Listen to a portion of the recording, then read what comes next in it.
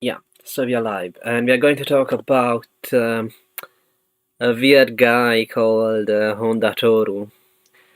And I mean, he was sort of an otaku in the an otaku writer. Um, I guess you could call him a gonzo Yeah, journalist or whatever. sort of. Yeah, and I mean, I do wonder like how much of it is a laugh as well sometimes, but Seems like I'll be honest. The guy seems genuine in most of what he's writing, which is the thing that worries me the most. yeah, yeah, because you don't know like if it's just something to sell books, Yeah, yeah, that sort of thing. But let's take him at his word now. I think the reason that makes me wonder that is the fact that he has basically gone silent. yeah, Um, yeah, so it's like you sold the book copies and it's over now. That could be the case, or maybe not. We don't really know. So there are a bunch of articles which have been translated into English. But not articles, really just interviews by him. yes. Yeah, he has written a bunch of both non-fiction and fiction books as well, but none of it has made it over here, unfortunately. Um, so It is already like he's talking for a niche audience, and even in that niche is sort of a niche within a niche, like yeah, hospitals. and well, the reason why we know anything about him at all, at least I know anything about him at all, is because of Paz or Artificial Mm-hmm. Night Sky. Okay, so let's try I playing in remember this. stumbling upon him, but I didn't think much about it. Uh, like, not that I didn't think much about his ideas, but the name didn't stick around in my head. One of the interviews is in a book called the Moe Manifesto, and I happen to own that book. I bought a copy. I read it I think like 2 3 years ago. Some of the ideas made sense to me. It's just until you brought it until it was brought back up by by you and other people in this sphere of interest, I completely forgot about him. So Yeah, come to think of it, I don't know how. I don't remember how Paz himself came across on that tour. I wouldn't be it surprised if he was was. because he was really upset with uh, with a novel that was adapted into a Then TV Chautauqua, show. Train Man, right? Yeah, Exactly. yeah. I've seen the TV series adaptation of Densha Otoko. I think it's going to go. Uh, it's going to explain basically the plot of that thing. Yeah, and he got popular so so Densha Otoko means train man. Hmm. And Toru Honda wrote a book called Denpa Otoko. And Denpa means like radio waves. Yeah, Yeah, well, it's like wavelength is something like it's a little bit like the pan saying we are on different wavelengths. When you say we are not compatible with society or something like this, which makes sense. It's like we catch different frequencies and we understand and listen and perceive different things, even if we look into the same reality, which is quite an interesting concept right. to be applied to the otaku culture. Even if it's not the same, like it's a little bit, it's more like two overlapping groups rather than being the same group. An otaku can be part of this different wavelength, but this group of different wavelength men are not all otaku. Let's put it this way. Right. And so we're going to look at the Asahi interview. If I'm not mistaken, the Asahi Shinbun is like it's like the Times here in the UK. So Yes, yeah. exactly. It's quite it's a big publication in Japan. All right. So let's see if it'll work.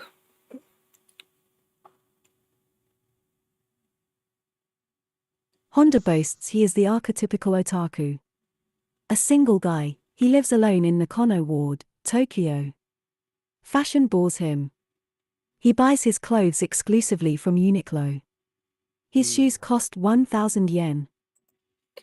Yeah. Anything to say already? No. I don't know. I'm not hearing Oh, you're it. not hearing it? No. Okay. That's weird. Um, have you joined the stream? Yeah, I think so. Um, can you Oh, s- can you see the screen?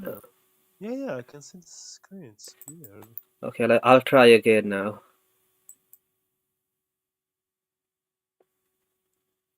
It's very Toru Honda weird. boasts he is the Can you hear anything archetypical now? otaku. A single guy. No, No, nothing. it says watching the stream. Okay, let's see what's going on. Um, I'll, I'll, I'll remove all the other tabs. Maybe that will help. Um, Unless it's something wrong on my end, which is possible. okay. Um, let me try starting up the stream. I mean, sorry, yeah, the one on Discord where I'm sharing the screen. I'll try doing that again. Mm-hmm. Sorry about this. So I'll try sharing just that tab. That might do the trick, hopefully. Um, Okay. how about, so can you see the article? Yes. Let's try playing it then. Guy, he lives alone in Nakano Ward, Okay, it's working. Tokyo. You can hear it now. Hmm. You can you hear it now? Yes, yes, now it's working. Great. All right, let's play it then. Tokyo. Fashion bores him. He buys his clothes exclusively from Uniqlo. His shoes cost 1,000 yen.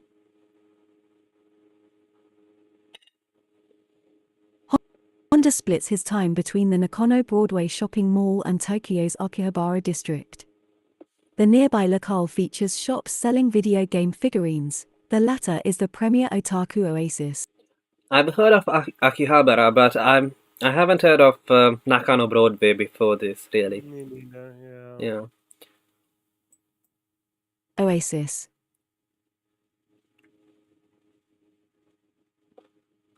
Hmm. What's wrong with this now?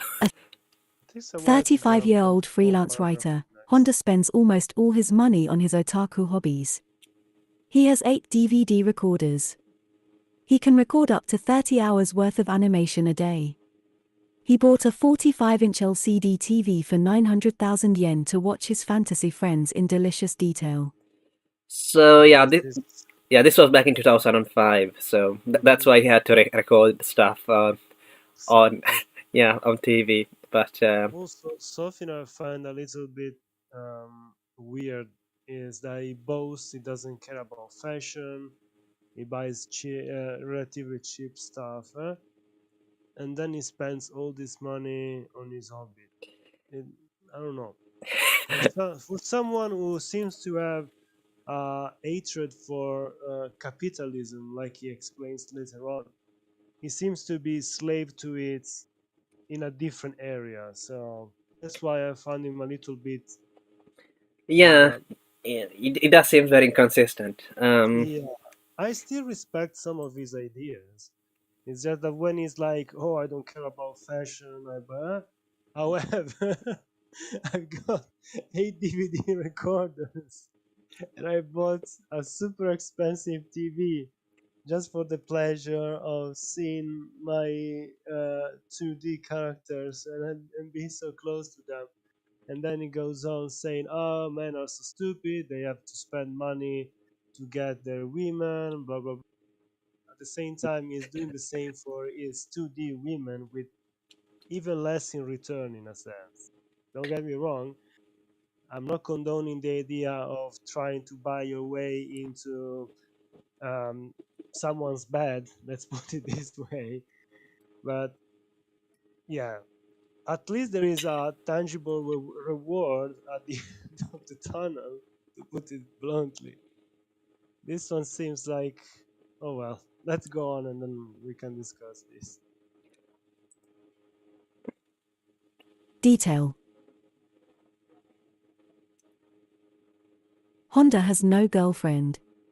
He says he can't remember the last time he talked to a woman, excluding the 80-year-old owner of his apartment building.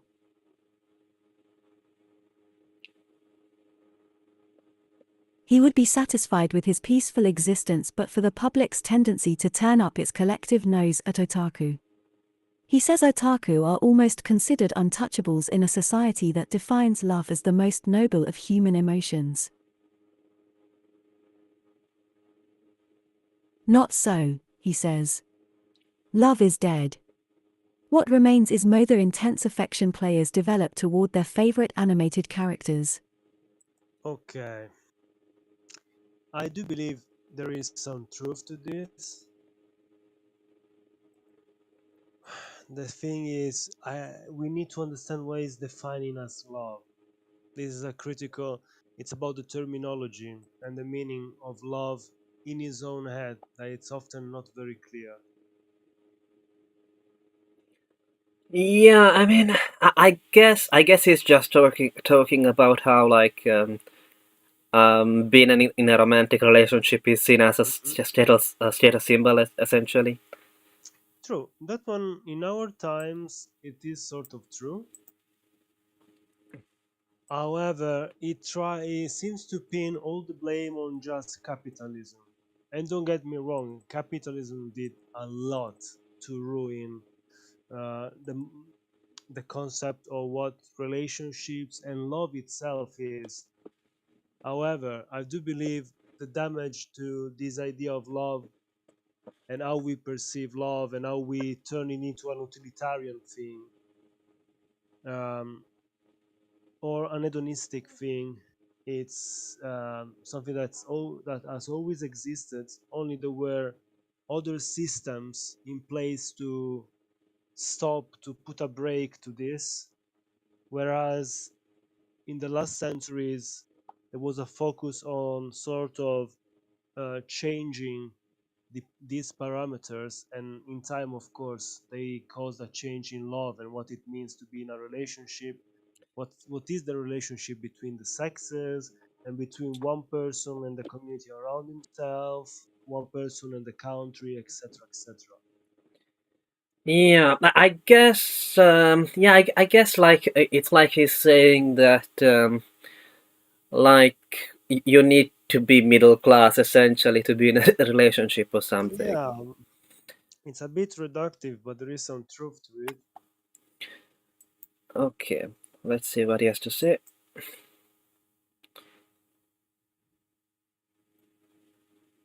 Well, if it works. Mo is the saving grace of the otaku.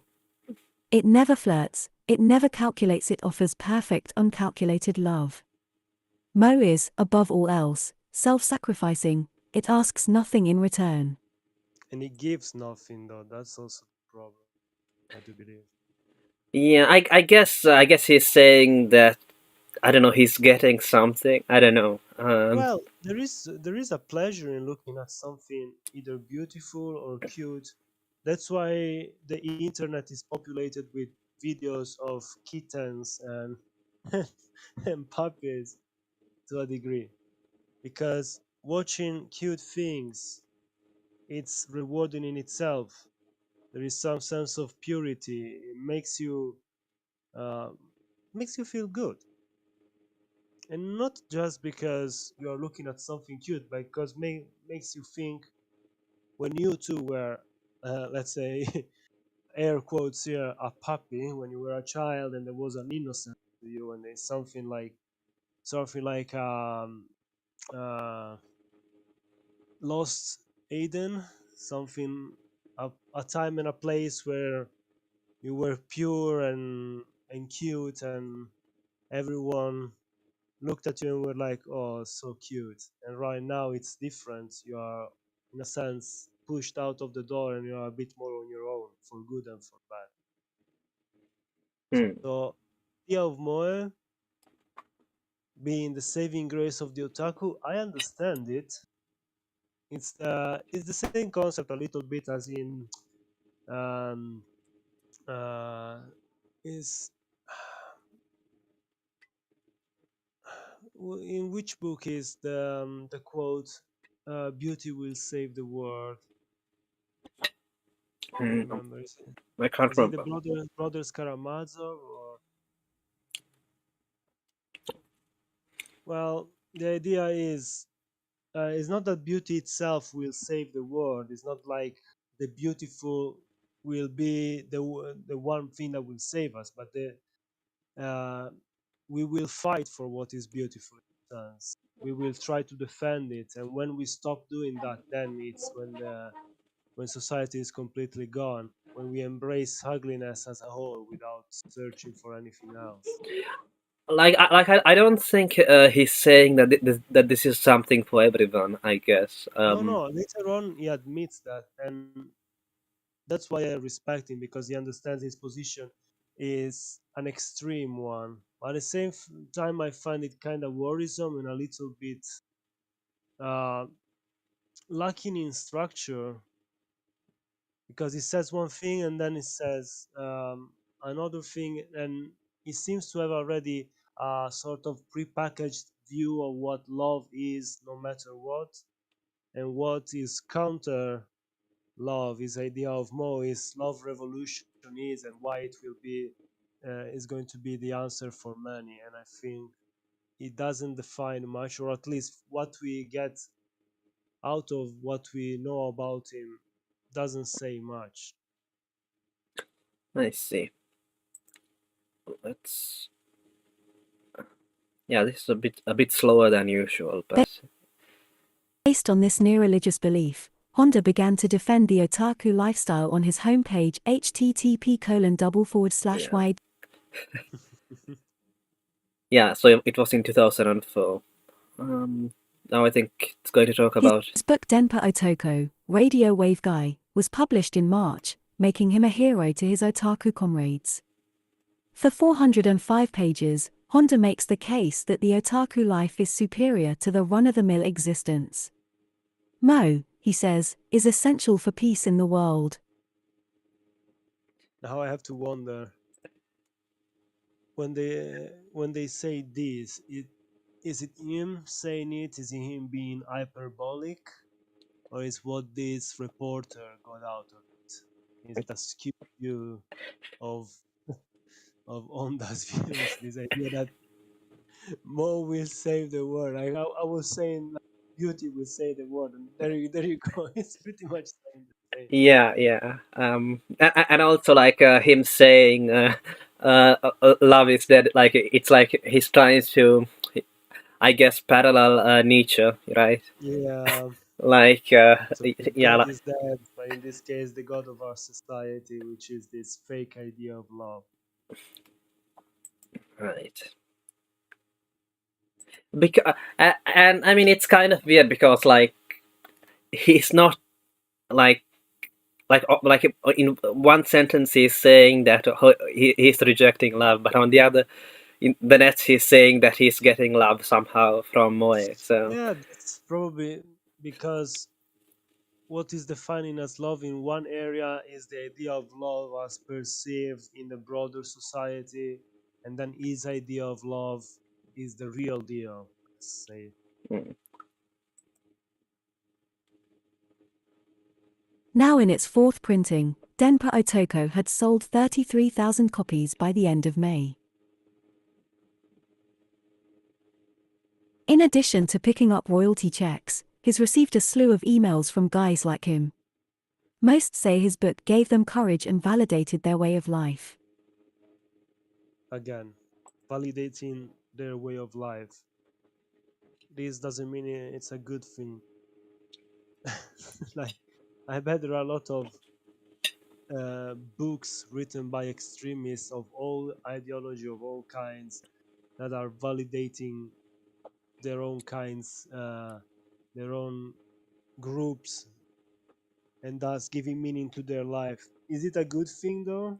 Is the Communist Manifesto something to be praised because it validated the lives of many? Is the book by the funny mustache painter from Austria something to be praised just because it gave meaning to a lot of people? This is the thing. Yeah, yeah. I mean, at least in this case, you could say that if it's just ruining the lives of the Mhm. people who Of course, it's yeah, not on the same scale. Absolutely. I'm not trying to say that yeah. Toru, Toru Honda is the next funny mustache man, but it's still weird that just because something is impacting someone's life in what they seem as a like they say validating their life doesn't mean it's a good thing. Mm. Especially because let's be honest, I'm not saying that otakus or they should be frowned upon like they are the worst people out there, but it's still a sort of niche interest. Even if in Japan it's uh, a little bit different compared from here, but still, it's a it's a hobby that becomes a way of life, and I think that's a bit too much. It's a little bit like if someone were to write a book in defense of Trekkies, it would be kind of weird. Like, Yeah, I mean, it's pretty much the same thing. Yeah, I would say. Um, though I guess it's more about a genre of things. yeah, But on the other hand, I kind of feel like that makes it more less permanent because at least like when you're a Trekkie or whatever, like you have a quote unquote canon. Whereas here like a lot of the things which he was into, like people don't care about anymore after a while. yes. Yeah, The only, let's say, the common thread is the passion about anime, manga, and their characters. yeah, because Of course, for example, so his wife or whatever you want to call it, is a character from uh, yeah, from from a a certain visual novel called One or mhm, something, and something. Maybe there is a one in the title. yeah, yeah, and I didn't know about this connection, but I've been playing that visual novel for a while because it was recommended to me by somebody on our server, Chaos Kaiser. Yeah, and he didn't know anything about Honda either, but yeah, yeah. So it's like yeah, that's just a funny coincidence. It's a small Yeah. the otaku world is pretty small, you know. Uh, So yeah, indeed. um, right, but most people don't know. So the background image for this stream as well is Misaki from that visual novel, of course, and you can see her here as well. Yeah, it's her. Anyhow, um, let's I don't know because yeah, I mean I guess it's more like everybody's telling these people that they are living their life the wrong way, and there comes this one guy who tells them no, it's okay. That's a sort of thing. Well, we all honestly we all have our hobbies or our those activities that we find solace in, and that maybe are a form of escapism.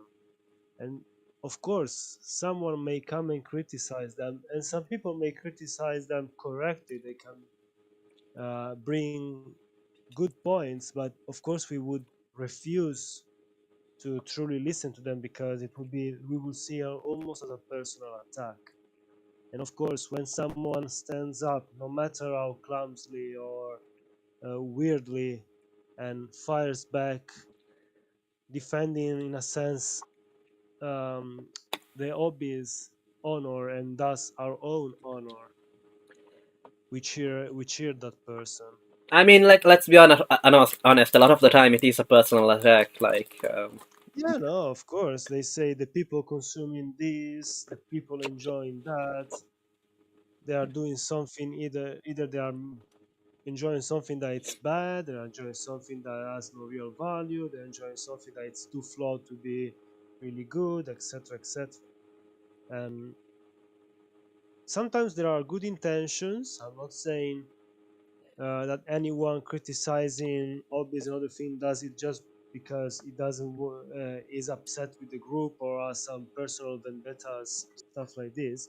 Sometimes there are good intentions. Only the way the message is conveyed makes sure that someone will talk back or try to dismantle their criticism and turn it like say, no, you are wrong and this is why your opinion is either false or bad faith and so on and so forth.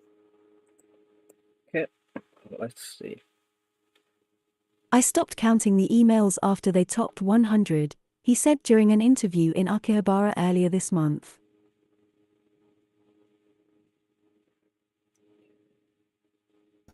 The interview with Honda came the day after a 24-year-old man from Sapporo was arrested for allegedly confining and assaulting a teenage girl. His apartment was crammed with games and animation videos. He allegedly insisted his victims call him master. I found this a little bit funny, to be honest. It's kinda, I think it's how they phrase it that makes it sound funny. Because the idea itself is kind of scary, but when they when they put it this way, it is kind of funny. Okay.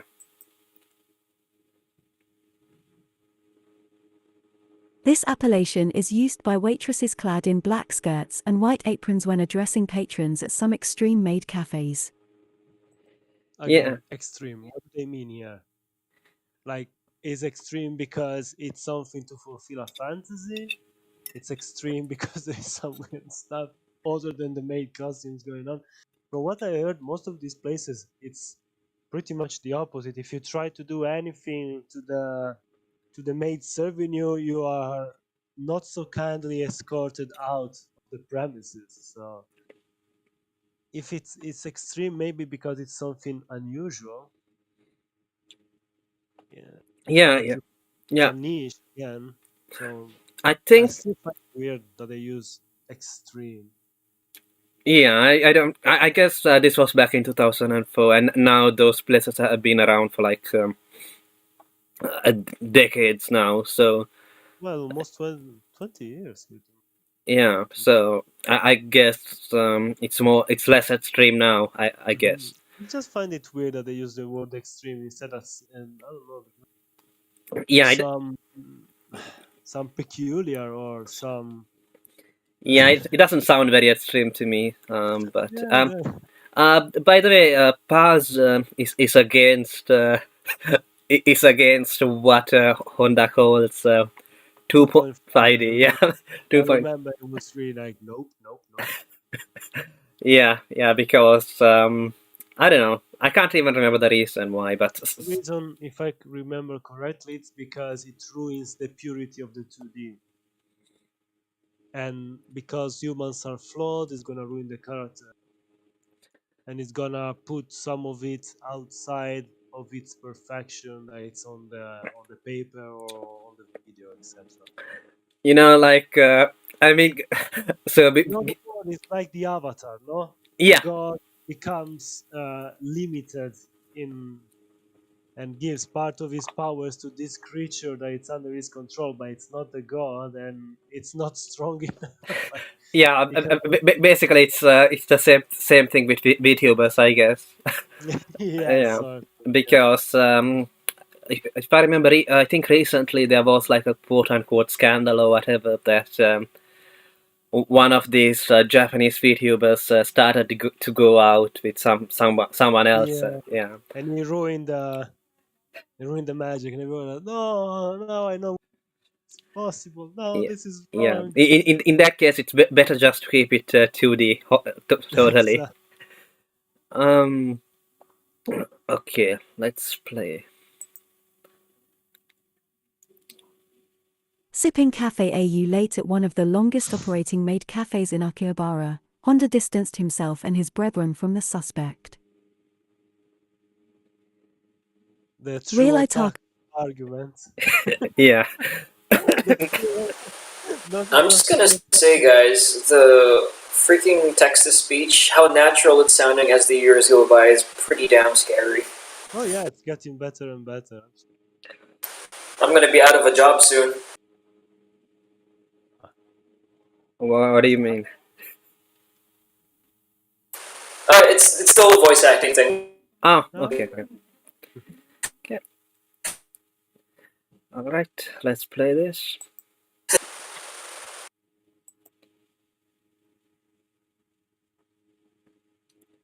The difference between the two-dimensional world and the real world. Otaku are tame as sheep. Hmm. Let's. Well, for me, this is the same fallacy a little bit as with. Remember when was it around the? Oh my gosh, when was it? 2000 and something, Gamergate.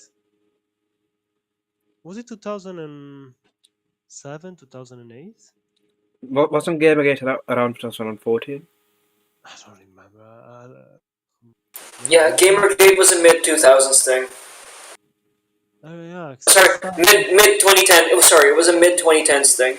Okay, thanks. Because I completely lost track of that. Yeah, it was like 2011, 2012, I think, when they Give or take, started. I think it was around 2014 or 2015 because Okay. I remember it being a pre-Trump era thing. Yeah, exactly.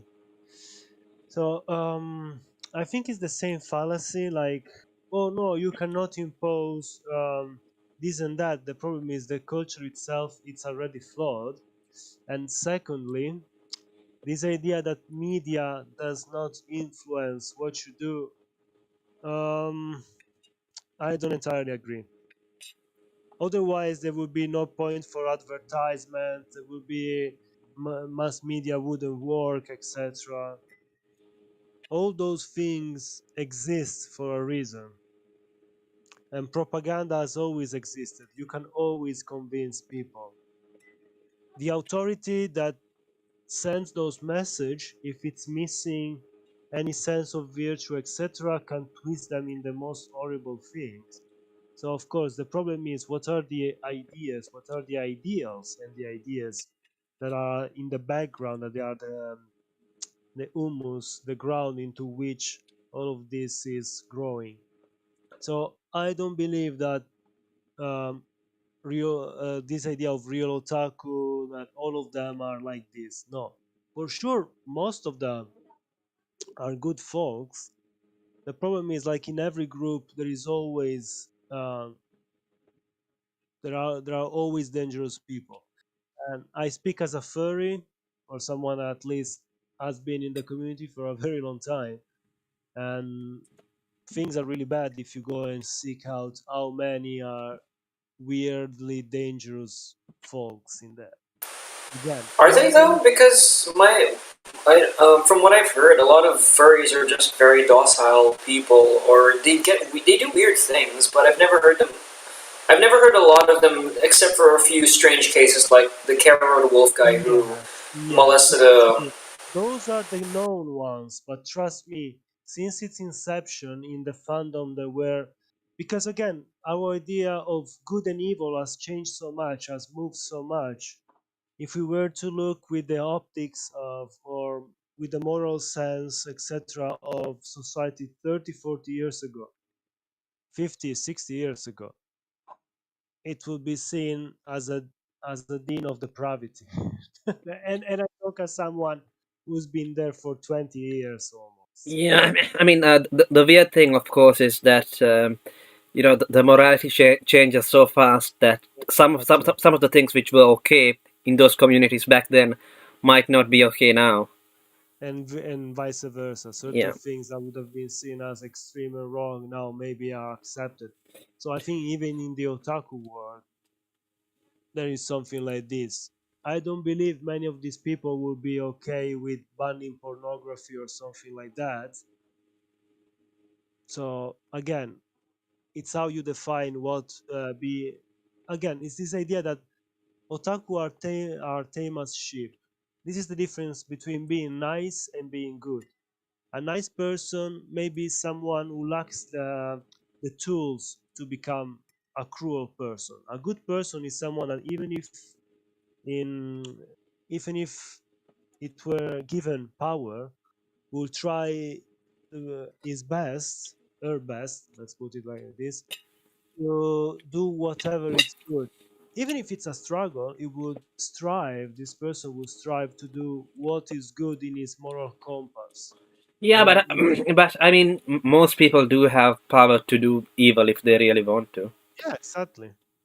That's why I'm saying that's the difference between being good and being nice. Most of us could do something terrible. We could go out in the street and commit terrible things. However, many of us still got a little bit of a moral compass. This is the thing.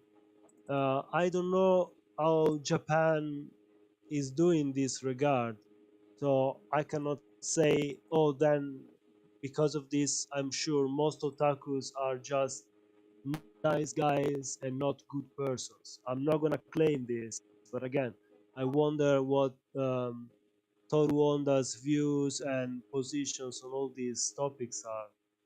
And since we nothing of this transpired from the interview, I'm left wondering what is his background, on which ideas. I think he's just assuming that most people like him are just like him. I guess. Um, Yeah, yeah, but which is an assumption that I don't know. I'm more like Machiavelli in this regard. I feel like most humans need, to a degree, some control, some authority figure, because otherwise we let ourselves go. I'm not saying we are all going to do horrible things all the time, but for sure we need some form of control. So this idea that we are tame as sheep, uh, yes and no, I'm not sure. yeah. Seems a bit cop out Yeah, to I me. think he's just saying, "Oh, look, we are just a bunch of weak guys. We are not going to do anything, or something. We are not going to. I don't know. Let's move on and see. Let's just see. A book Densho Otoko, the latter originated on popular internet bulletin board 2 channel. Once turned into book form, it soon became a bestseller and the movie version will open today. Yeah, the movie is shit. By the way, I watched the movie and see the TV series. TV TV series. series is better. Yeah, but I don't know. Like um, because the first time I watched it, I did like it, but the second time that I watched it after hearing this stuff, Mm-hmm. it did seem a bit cringy, like how this guy basically just listened to anything, uh, just random people on an image board told Yeah, him which to doesn't sound impress a like a woman. wise. Doesn't sound like a wise. And yeah, and basically uh, remove like any kind of personality or whatever that he had because yeah, because he thought that it would make him look better to that woman. Yeah, Yeah, sounds creepy. but but I don't know, like it's portrayed in its sort of like um um I don't know, like Figure. wholesome way, I guess. Or look, like I guess what the TV series is sort of trying to say is that oh well, otaku are normal people. They just need a hand to become. They really just want to be normal. But Mm-hmm. yeah. Um. Whereas seems like it took umbrage to this idea. They need help to move out of their hobby. Yeah. Um, Let's hear the because it explains it next.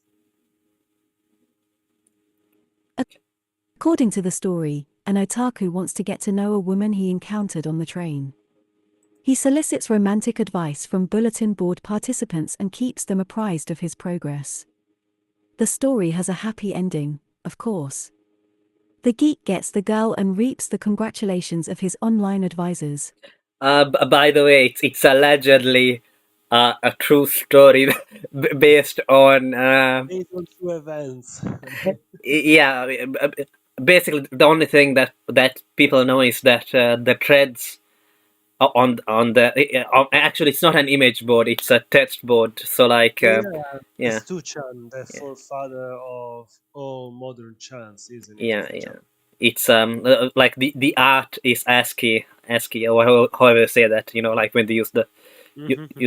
characters on the Yeah, keyboard to to draw stuff. draw, yeah, Um, character. yeah, and I believe I also saw those threads as well. So they do exist, and the people.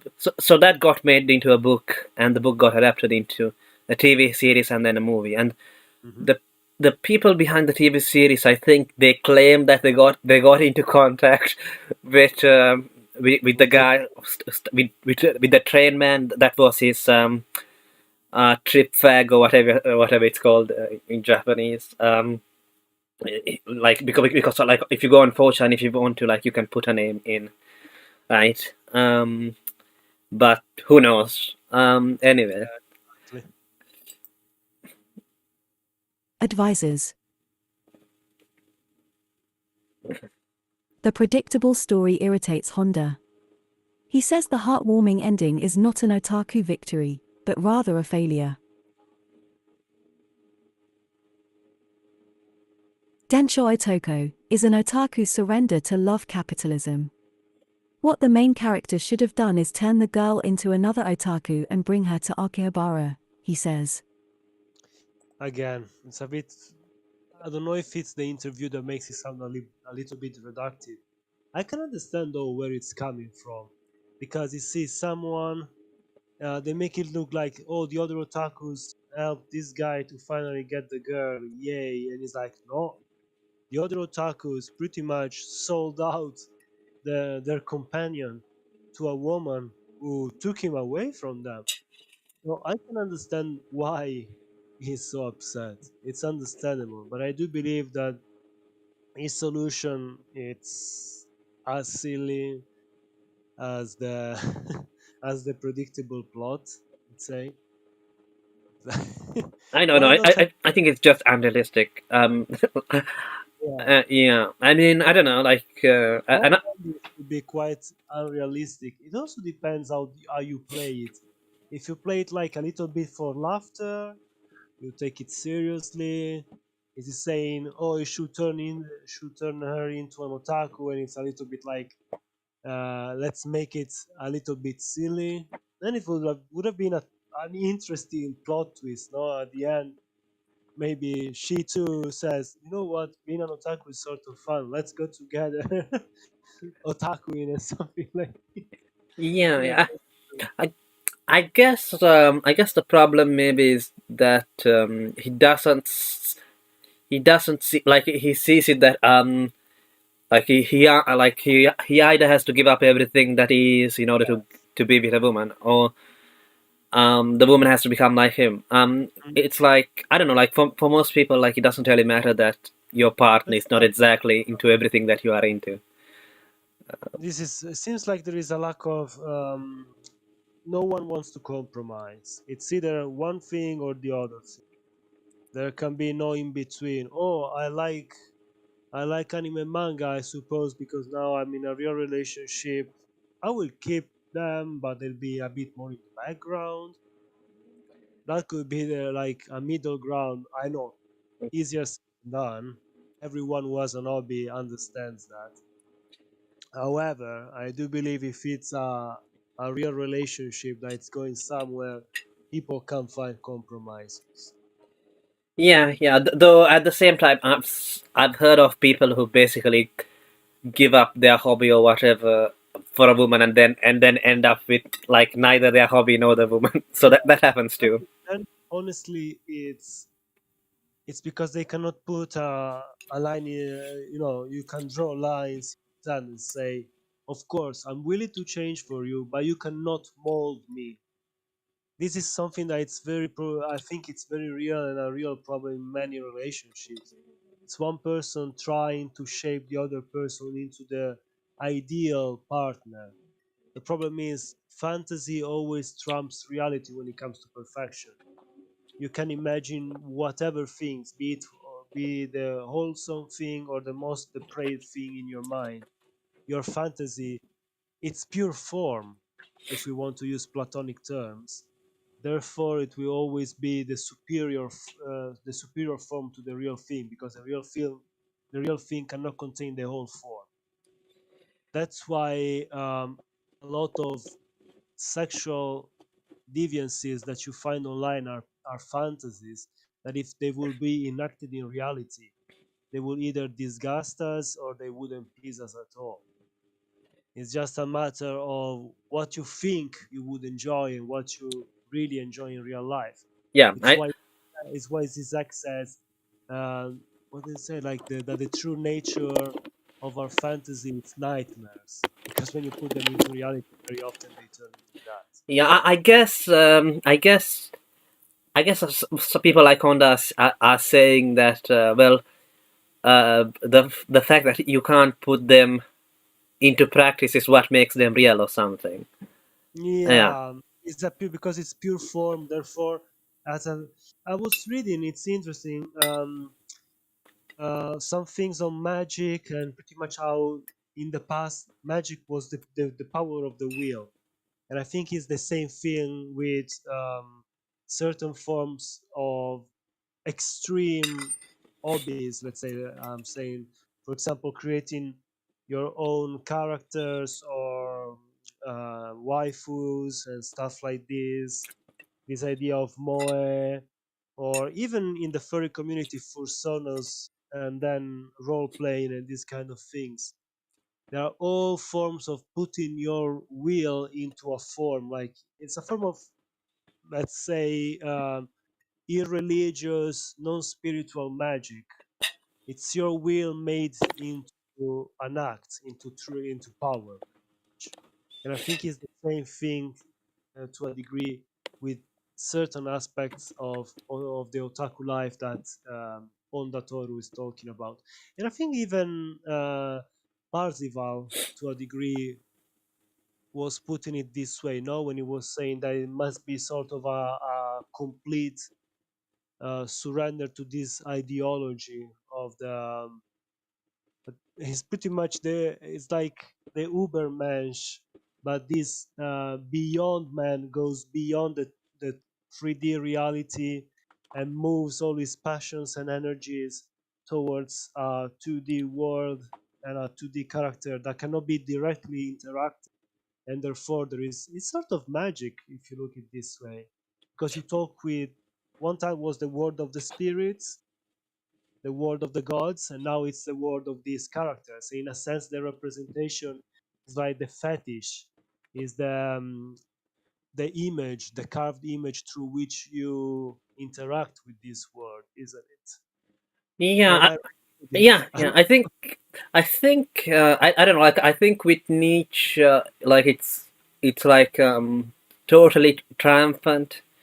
Whereas with Parsifal, I kind of feel like it's also tragic because Yeah, like yeah, with that tragic side to it, uh, it's like I'm outside here fighting this battle, and I know I'm gonna get spit in my face, and people will not understand, but I need to persevere. There is a sort of heroic dramatic side to it, right, where it's more like, you need to do it because why not? Let's do it. yeah. I I, mean, yeah, s- I'm literally above, separated from all of you, and I don't care what you yeah. think.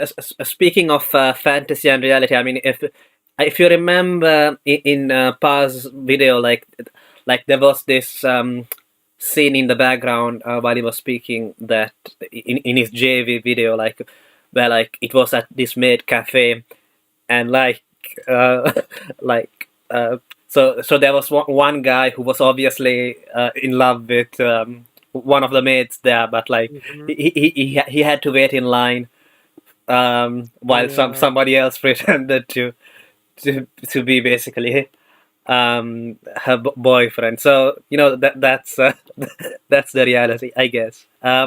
In this case, I do believe Onda is right when he talks about love capitalism. You trivialize and turn into something that you need to pay to enjoy. And then he explains a little bit better later. But I think this one is one of the, for sure, one of the aspects. Okay. Uh, will it play? Honda's editor, Shun Saito, agrees. The supporters of Densho Otoko cheered as their hero stopped being an otaku. But is being otaku such a bad thing? Aren't we supposed to be proud of otaku? That's the message Denpa Otoko offers. Since the 1980s, love has become a consumption item, Honda writes in his book. Men spend money on women. Women buy things with the money they get from men. So the guys like me who are not good looking and not willing to spend money are considered losers. Around the same time as love became a consumption item, according to Honda, games like Tokimeki Memorial or To Heart were released that allow players to fall in love with the characters. Yeah, that's a good. I think I think it's 6 hours long or something. A video about Tokimeki Memorial. Check it out. Okay. It's That's cool. so Tokimeki Memorial is it's a dating simulator, but it's more of a dating simulator than a visual novel. It's also a I think visual I've novel. heard of it. Yeah, I think it's one of the famous ones. Could you mute yourself, Husky? Sorry. Sorry, it's just I was gonna bring up something, but alright. no, no, go Yeah, ahead. go ahead, if you're waiting. Because it mentioned to love. I remember that dating sim being mentioned a lot back in my teens. It was the first time I think it became an international story where somebody got married for the very first time ever. Someone got married to a dating sim character. Mm, Yeah, that's it. That's something I remember from the past. With the whole to love thing. I see. okay. Yeah, so Tokimeki Memorial is more of a dating sim. So like you have to care more about numbers. Whereas in a visual novel, you don't like you're not doing maths. Yes. Like yeah. Um, Just follow a path, and then there are yeah. bifurcations in between. So the plot, the quote unquote plot in Tokimeki Memorial is that like you're a high schooler and like you basically have to level up in athletics and different stuff, and depending on what you level up in more, you will end up with one heroine or another. That's basically it. Okay.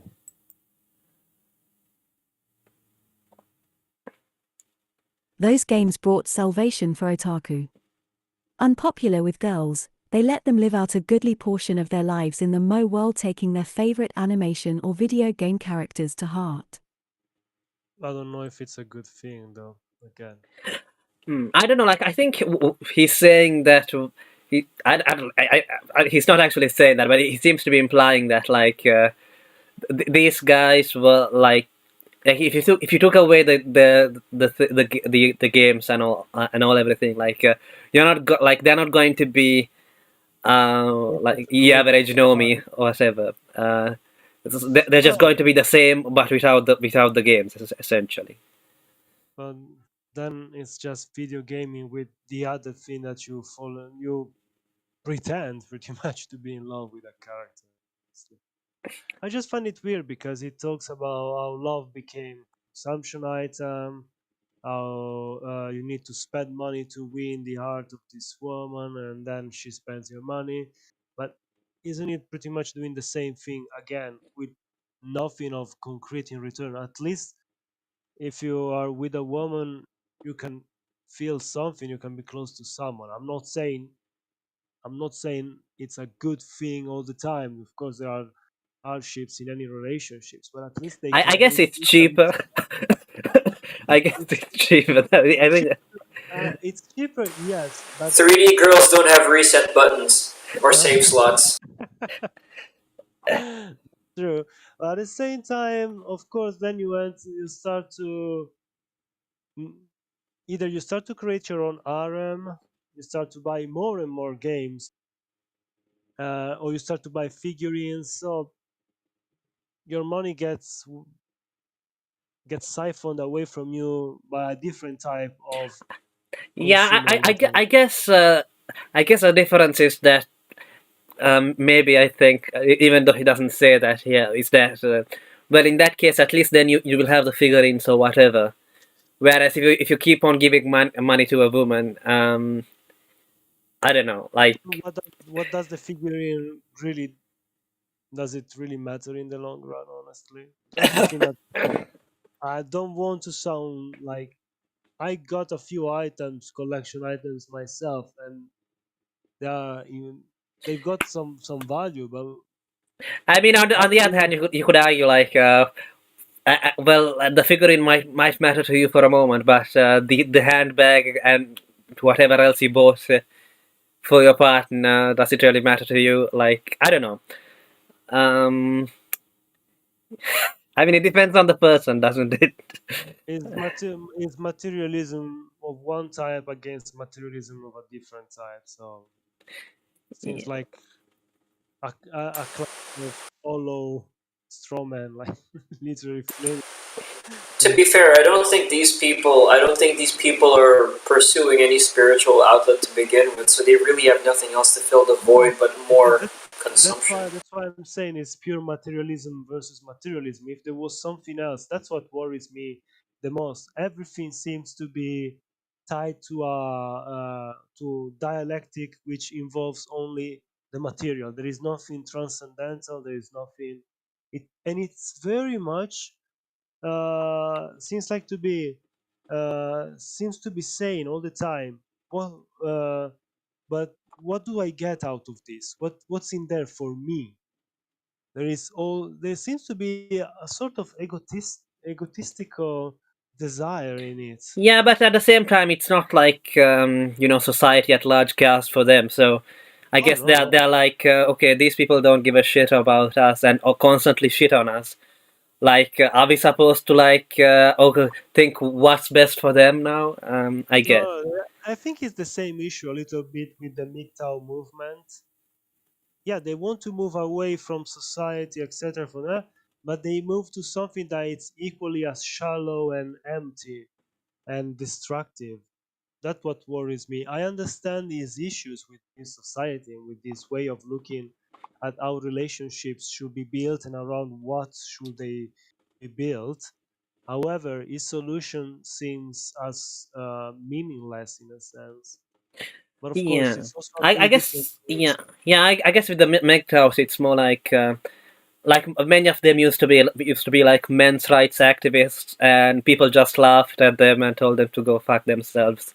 Ha ha ha! Like why are you complaining? What are you, a woman? Ha ha ha! And okay, they basically just gave up on changing society or whatever. Like there's no solution, so I'm signing out essentially. Yeah, which is the To cowardly be fair, way. they don't do themselves any favors by butchering each other online all the time either. Yeah, of course. I mean, I was Like watching. if there's two things I gather from observing MGTOW, it's one, they love to talk shit about women, and two, they love to talk shit about each other. It's not what I'd call conducive to a good community or a good Yeah, movement. you see that all over the place. I mean, have you seen that nonsense with Ethan Ralph and Metaka? I don't Yeah, know. also that it's kind of because Yeah, this, I have, but the difference here is with Metacritic, it's actually funny. yeah, I don't know. If you're looking the thing at it from is, the outside, though, it looks pretty pathetic. The whole thing. the thing is, they are these are all people who seem to have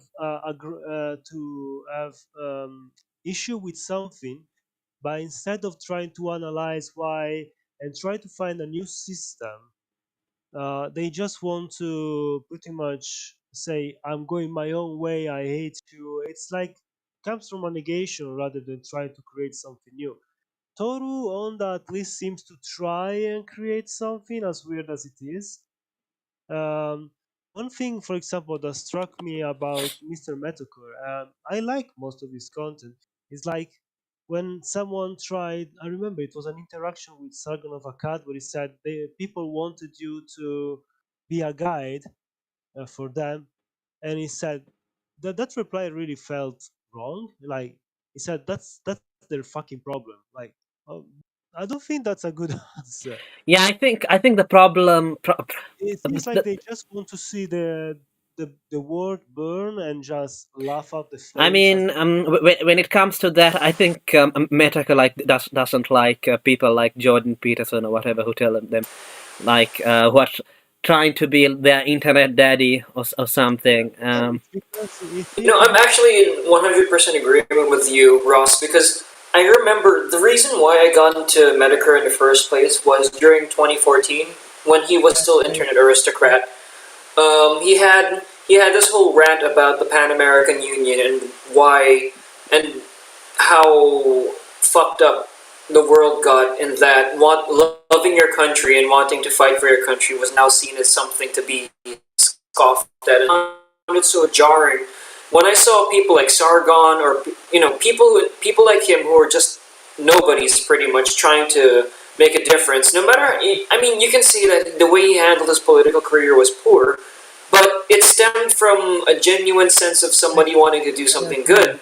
And with Medicare, he was the kind of guy who sparked a lot of people into wanting to get into politics. And then now that people are actually starting to care more, he just writes it off like saying, "What, do you guys think you're going to save the world?" I don't think the point was trying to save the world to begin with, but if No, you want to try I think solving a problem, no, I think the problem that it's weird. I think the problem which Metaka has with all this is that he thinks that he's honest, that like he's just an entertainer trying to make some money, whereas he also doesn't see these other people like Sargon as anything more than entertainers.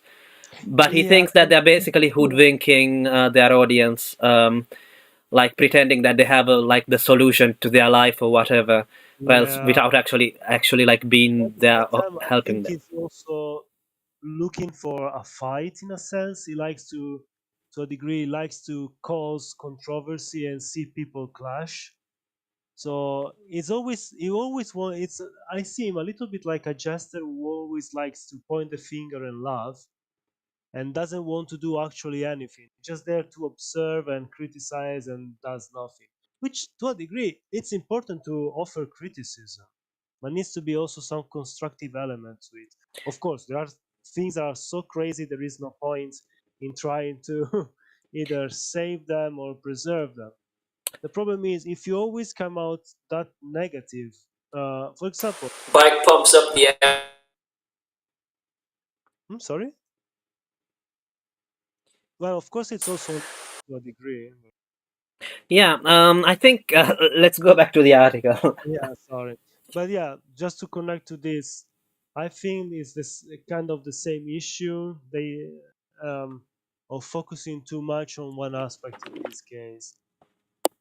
In this case, oh, everything is bad in this system, therefore I'll move away and I create my own system. But even this system doesn't seem to offer a real solution outside of a material relief for a little bit of time, and that's it. Honda employs the terms three-dimensional and two-dimensional love. The former is the real thing, the latter the otaku game character relationship.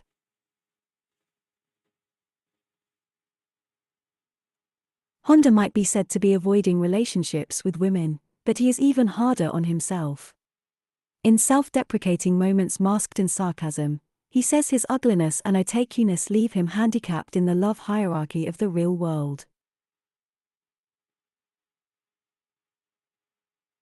With Honda it is difficult to tell where reality ends and fantasy begins. In the book, he says his need for pure love is the result of a traumatic childhood in Kobe. He writes that his mother, as the first daughter of the family, was forced to marry a man who agreed to be adopted into her family.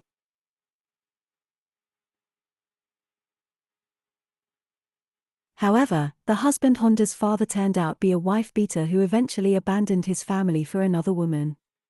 Later, Honda learned that his father had also been abandoned by his father, thus acting out learned behavior as an adult. Yeah, so basically, like, I mean, to be fair to him, he doesn't seem to be anywhere to be blaming, like, Yeah, yeah, his it parents or seems what. it seems a little bit like um, anecdotal, a bit too much, like because there are bad men out there, that cause this kind of situation. Therefore, I'm gonna withdraw from this world and create my own Yeah, I fantasy mean, world. yeah, to be fair, he doesn't say that's why. So yeah, No, but it seems a little bit implied, like, oh, because my father was like this and my grandfather was like that, therefore I have the same potential for this kind of attitude is in me. Therefore, and also I'm ugly. It's a little bit on one side. There is a little bit of the fox and the grape kind of soreness, like it seems like he's saying, "Oh, I'm like this, I'm like that." This sort of self-bashing point of view of himself. So he doesn't even want to try and improve himself because it's like this. The situation is doomed to start. My family has I mean, this. to be fair, he did. I don't know if they talk about it here, but he did try, like, he went to a self-starter course, university course, where, like, and got into I think Waseda or Tokyo University. It's basically one of the best universities in Japan. But yeah, it just the same that doesn't seem to have worked out in the end, in Yeah, that but way. again, seems like he tried only for a brief time, and after that was like again a little bit like the fox and the grapes. No, anyway, they are still sour. They are Yeah, I mean, dry. yeah, but with the thoughts and the grape, again, like, you can argue that, like, there wasn't any way that the thoughts was going to get the grapes anyway. So what I know, would but I mean, yeah. again, it's just trying to justify. Like the problem is not that the fox cannot reach the grapes. The problem is that the fox, instead of admitting that he cannot do it, that cannot reach it, blames it on the grapes or on the grapes alone. Say, ah, they are not worth it. They Yeah, are but not. you could say that, since he cannot get them anyway, isn't it better if he just blames it on the grapes and then moves on, rather than, like, If the spending all day father, looking at the grapes, I guess. oh, exactly. So again, I don't say it's wrong to try and move to a different hobby. The problem is it seems like it's also trying to find reasons, like when he's trying to talk about his father and his grandfather being like this, and it's like it's trying to justify himself to a degree. Yeah, I It's mean, trying. I guess you could argue that, he's kind of saying, well, look, I was already betrayed by the institutions, like family and whatever else, that, you say are superior to what I'm doing. You know, I guess, I don't know. Um, I still find it a little bit of a cop out and a little bit of uh, trying to play a deterministic sort of card, like saying anyway the situation is like this, there is nothing that can be changed, therefore I'm going to create my own new system where I can try to rig the game in another way, which seems a bit yeah, convoluted. I don't know. I don't think he would put it in terms of, rigging the game. I would say he would put it more in terms of, where I actually have a chance, or something like that. But, let's move on and see what else he has to say.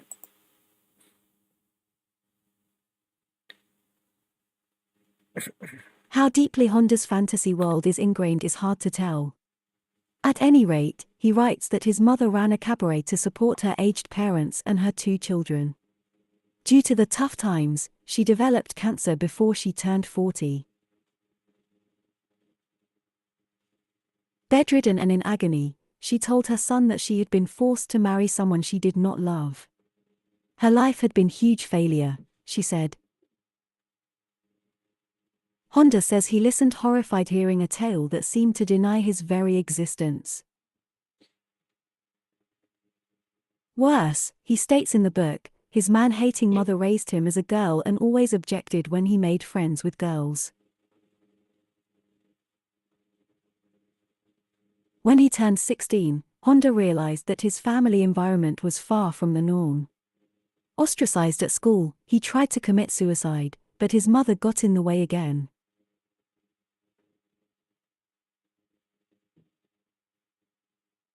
Finally, Honda withdrew into his tiny room, endlessly watching TV animation programs.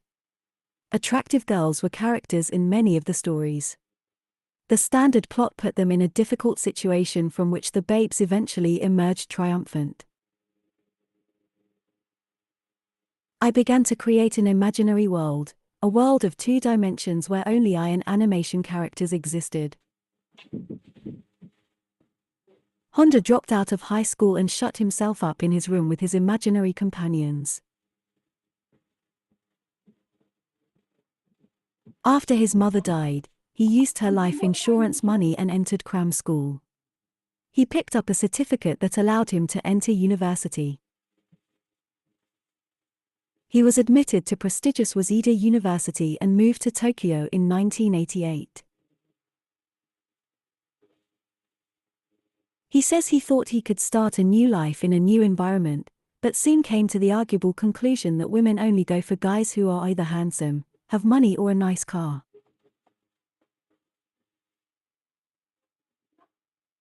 After graduation, he worked at a publishing house for 9 months and then quit. He returned to Kobe. His luck remained the same. The Great Henshin earthquake in 1995 left his house in rubble. This guy seems to be rather unlucky in many regards. I admire that he kept going on despite all these adverse situations. So that's admirable for sure. Yeah, I mean, I also I mean, I don't know, like in a lot of workplaces here, at least they do pay lip service to that. Like, um, like if you are autistic or something, like they will try to work around it or whatever. I don't know how it was at the time in Japan, but I've heard that they are much more strict in the workplace. So maybe that's why he quit. He quit that job at a publishing house after 9 months. Right. Yeah, he doesn't really say why he quit it here. Well, honestly, yeah, if I recall right, it talks about his struggle with um, various mental, if not diseases, at least mental disorders going on with his life because of all these bad experiences in the past. So I'm sure, and in the workplace, like you said, sometimes it's difficult to fit in if you got something going on in your life that causes you all this internal strife and struggles. So I mean, if this is all from his book, by the way, I mean, I wonder how much of it it's yeah, just autobiography. and Um, how much of it is exaggerated or yeah, that too. But I mean, I wonder whether he's actually making an argument, or whether it's just like his life story or something in the book. So, but yeah, there's no way to know. Let's move on to the next let's slide. Scarred by the catastrophe, Honda thought death might be a relief. But his animated games and his pixelated girlfriends helped him through the ordeal. Again, those Mo characters saved my life, whether I wanted it or not.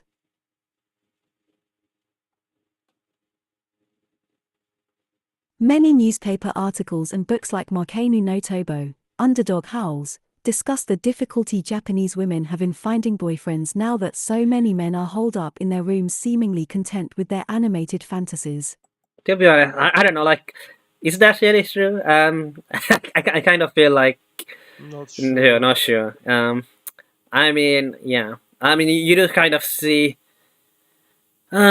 Sometimes articles here as well about women having, like career women having trouble finding partners and Yeah, whatnot. But I don't know. In that case, just lower your standards a bit. it is again something of an issue everywhere. Honestly, Yeah. sometimes, and I'm pretty sure uh, most men have lower standards because there is a little bit of desperation on our side compared to women. Yes. Whereas understanding Fantasies. Yeah. with women is a bit more like, of course, they want someone who's higher than them in the social hierarchy. Yeah. It does sound a bit, like, yeah, yeah. But oh, I think it stopped working. Let me reload it again. Oh, I'll be back in a second. Just 1 second, Yeah, but that's fine. just 1 minute.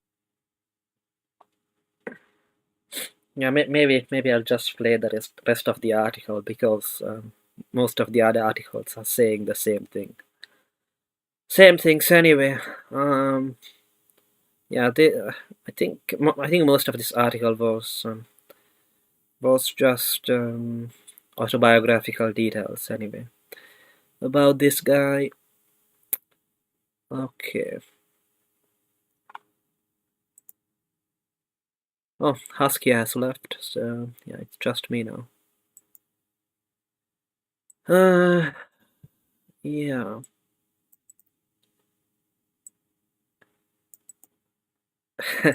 Yeah. I think yeah, Honda basically says what we just said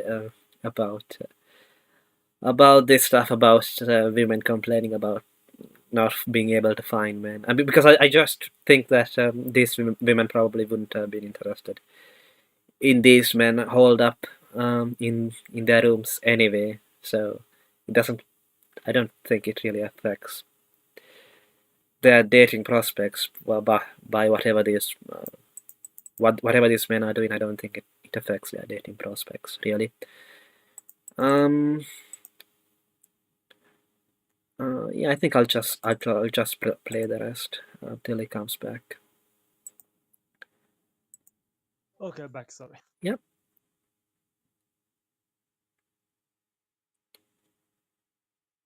Uh, The theory angers Honda. In his book, he says, in effect, that he had no choice in the matter. I never hit women. But I know I might have a penchant for violence in my blog. If I were to have a peaceful life not hurting anyone, I had to stay home and live my life in my imaginary world. But women are saying that this lifestyle is unforgivable. This one sounds really weird. I, it was just before we say, "Ah, no, we are tame as sheep," and then if I were in the real world, you may not know I could slap someone in the face. I'm yeah, pretty sure yeah, I someone think can. I think he's just annoyed that like these people were talking as if he had a choice but to stay holed up in his room. Well, technically, he has a choice. I'm not saying that he has to go out for just to look for women. That's the thing. It seems a little bit reductionist. It's saying either I go out and look for women, or I stay inside and look at fake 2D women. It's Yeah, a thing. I don't know. Maybe again, it's because of the I don't know. the Maybe he's internet. just saying that he's a keyboard warrior or something. Um, because he says that he has a penchant for violence in his blog. Yeah, it Uh, can all be violence online because you're not face to face. yeah. I wonder if he's saying that he would act on his violent side outside in the real world, or if he's just saying it's because it's easier for me Yeah, to it's a bit be. unclear what he's saying there. Um, I believe here maybe it's because of the translation, something lost. yeah. I mean, I'm But I'm surprised that this got translated at all, to be honest. uh, in Uh, this form. yeah.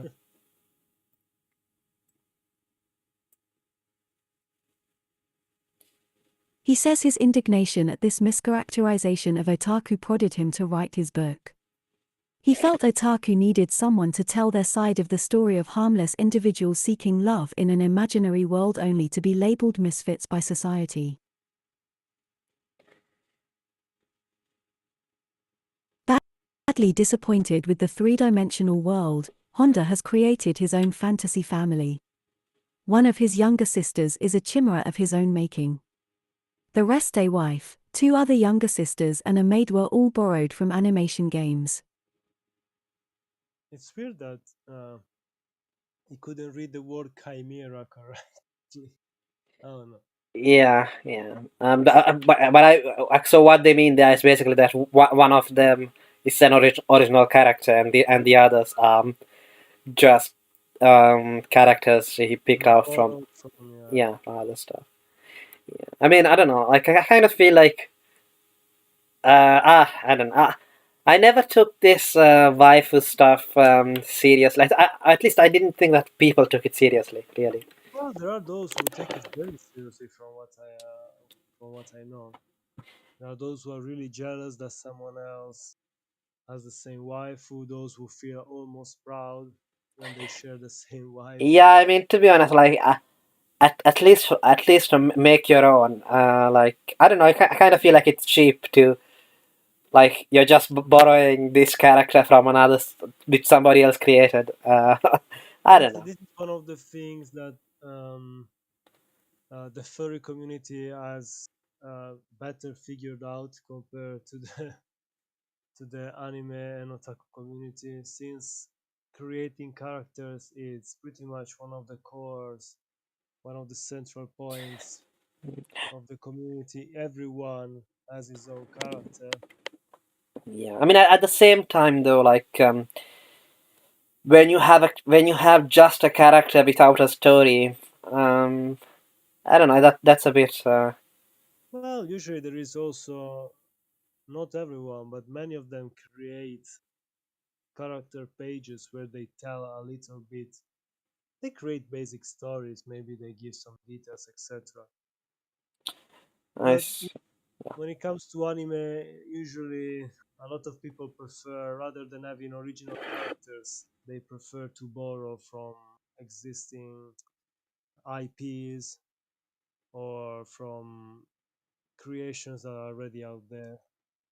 yeah. It may sound like a solitary life. But Honda, while admitting he is not a social creature, says he is not lonely. He doesn't recommend every otaku follow his path, because you lose a lot of things, the warmth of another human being. That's the author asking that question. Uh, I see.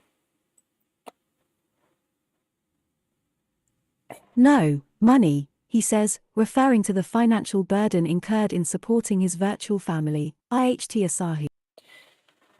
Yeah, I mean, I think that the reason why like like it's easy to like mock the whole thing is that like it kind of feels like a lap Mm-hmm.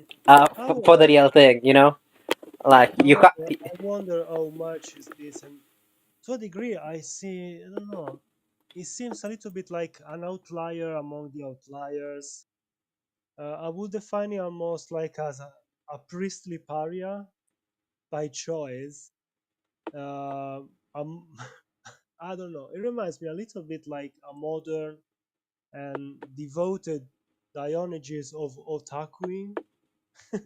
He laughs at himself to also laugh at their detractors to a degree, which is kind of in the interesting thing.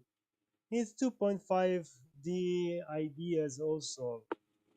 Uh, there seems to be sort of an ironic side because since he seems to understand that indeed to portray those characters in a real world, he sort of accepted it, whereas Parzival would be really against that. He seems to be embracing it to the degree that it's needed. Yeah, yeah. So the next thing, if you can see it, is a The video post. interview. Yeah. Yes. Yeah. So we get to see the man. Yeah. And yeah, let's see what he has to say. Unable to cope with the real Can you hear the audio, by the way? Yes, yes, I can hear it. world, many young Japanese are retreating to an imaginary one. Toru Honda has never had a girlfriend and has no desire for a real wife. He has a virtual family and he keeps them in his laptop. あ、これがだからですね、僕の脳内 Yeah, that's Misaki from that visual novel I was talking I about. like how he phrases it because this is quite old. It says, "My inner brain wife." Yeah. っていうかの美咲先輩という Yeah, I also like that there's no idiotic, like I don't, in a lot of old interviews like this, like they will have like a, if it's an Asian person speaking, they will have like a voiceover of somebody with an Asian, like a voiceover in English, obviously, of somebody with an Asian accent. It's just, like me, like Mickey Rourke when he played Japanese character. yeah, it just sounds retarded to me anyway. So I prefer subtitles. It's true. 人なんですけど、なんていうかですか、こう割と包容力があるって言いますか、僕現実の女性にあんまりこう優しくされたことないんですよ。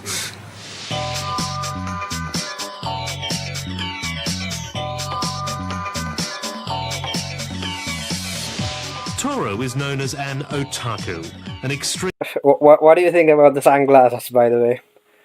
About this, sorry, What do you think about the sunglasses, by the way? and they are kind of weird. Yeah. They give him a style, that's for sure. I don't know if it's a good form of the style, West. Yeah.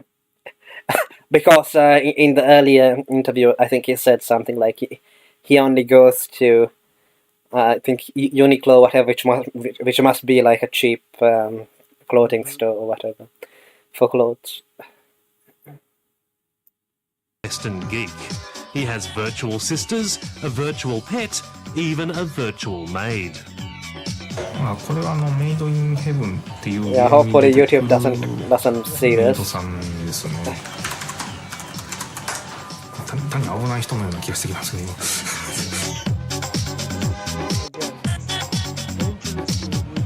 Yeah. Sorry, what did you say?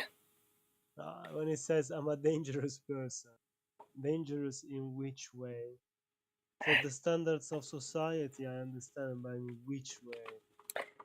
Yeah, I think he's just like it's like more like a joke, I guess. I don't know. But still, these kind of words are dangerous when you say them in such a context. Yeah. Just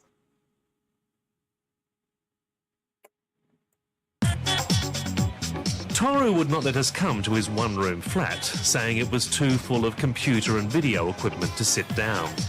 Instead, he invited us to this Alice in Wonderland themed cafe, part of a chain that's become popular with otaku. Waitresses dress as Alice and call the customers master.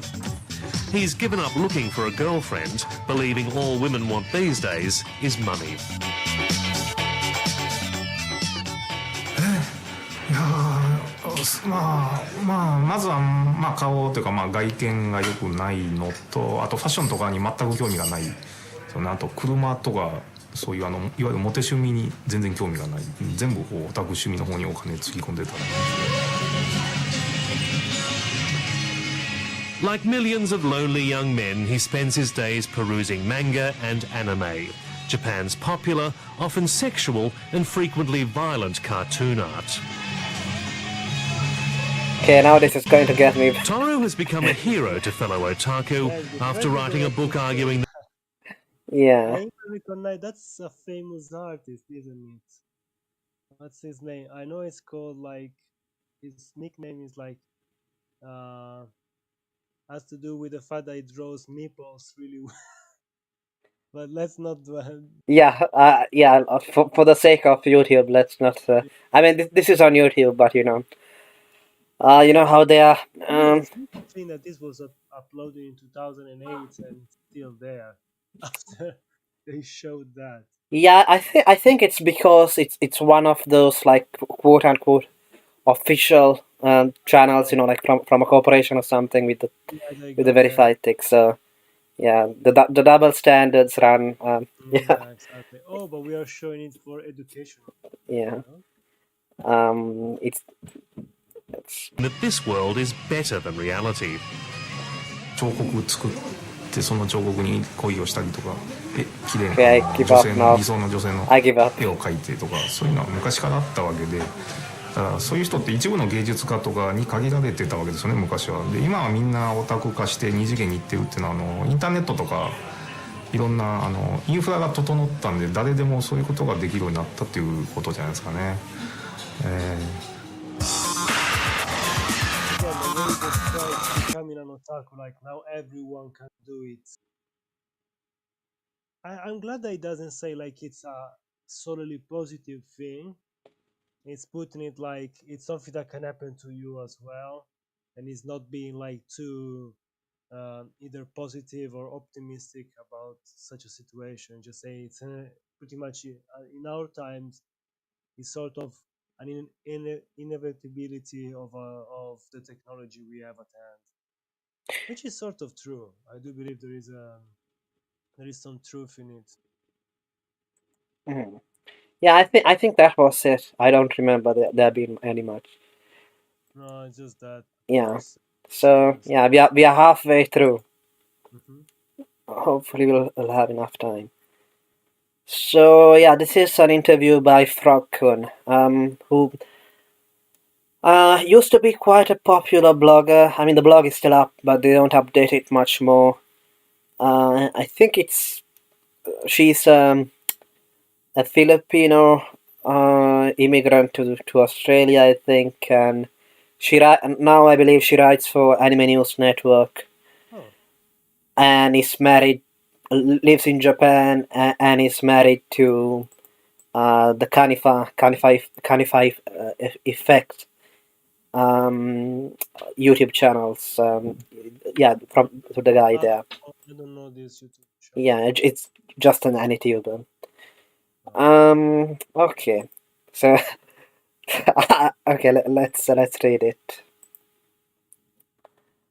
Uh,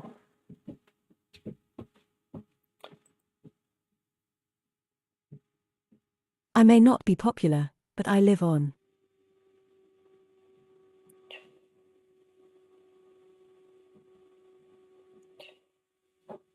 yeah, it's a bit slow today. These are the words of Toru Honda, a Japanese cultural commentator and self-identified otaku. Despite his obscurity in the English-speaking otaku world, he did attract buzz in Japan about 10 years ago for his controversial ideas. He also coined the phrase 2.5D dimensional space, which is pretty useful for understanding maids and idol culture. For that, at least, he deserves more discussion in English than he has currently received.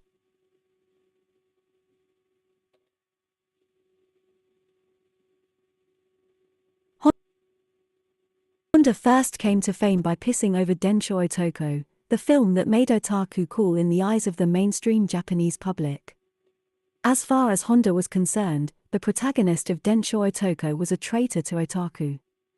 By renouncing his otaku ways and becoming a normal lover, Densho Otoko merely fed into a system Honda calls love capitalism, wherein a man's attractiveness is measured by his economic worth. I wonder in the book, and does the character win over the girl with money in some way or form? Hmm. I guess not. I mean, I guess he does spend money on his own clothes, on buying her some gifts, perfume, and whatever stuff. And I guess he spends it less on himself in a sense. Um, yeah, but I don't know. It like it didn't make it feel to me that it was because in the TV series at least I think it was implied that she was kind of rich anyway. She was kind of a rich girl anyway. Yeah, that's how it is. But I don't know. Like I guess some of the things are like status symbols, like like uh, like the story doesn't put an emphasis on it. But if you think about it, like he must have spent some money like to take her to Hmm. some high end restaurant or whatever else. Like getting I don't know. Like I don't think getting a haircut costs that much, but stuff like that. Because I don't know, like you could argue that in a lot of romance films, there's like if you think about it, in a lot of those scenes, there must be money being exchanged, but like the places they live in, they look they basically like in a lot of love stories, like everybody's middle class or whatever. Um, I mean, I guess in some stories they do make it like a plot point that like it's a romance between a rich girl and a poor guy, and but still, if you think about it, a lot of the time, like everybody's living beyond their means. If you think about it deeply enough, and because obviously, like when people are watching a romance story, they don't want to like see people struggling with, like they don't want social commentary. At least not Yeah, the majority of the audience, I would yeah, assume. they don't want like I don't know, a socialist realist fiction or whatever or something. There are a few out there, but Yeah, yeah. very um far between.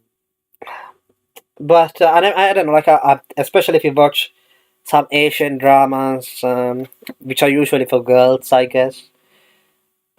Yeah, like everybody is living beyond their means. Yeah. It reminds me a little bit these comments about how this this film tried to make otaku cool. Reminds me some of the criticism and backlash that the Big Bang Theory was getting later on. Like they tried to make nerds cool in a Hmm. sense. Yeah, yeah, and I don't know. I don't know. Like I've heard a lot of nerds who hate, sorry, who hate the Big Bang Theory. Is that just a meme? Like I've heard a lot of people say, I watched it, and I gotta say, many of the memes about it are real. Certain parts of it are unbearably bad, but some of the characters are not too bad. They are kind of interesting, but the writing it's really yeah, it's I think the problem that people had with that, and maybe with this as well, with the Inshotoko as well, is that like is this guy like a real nerd?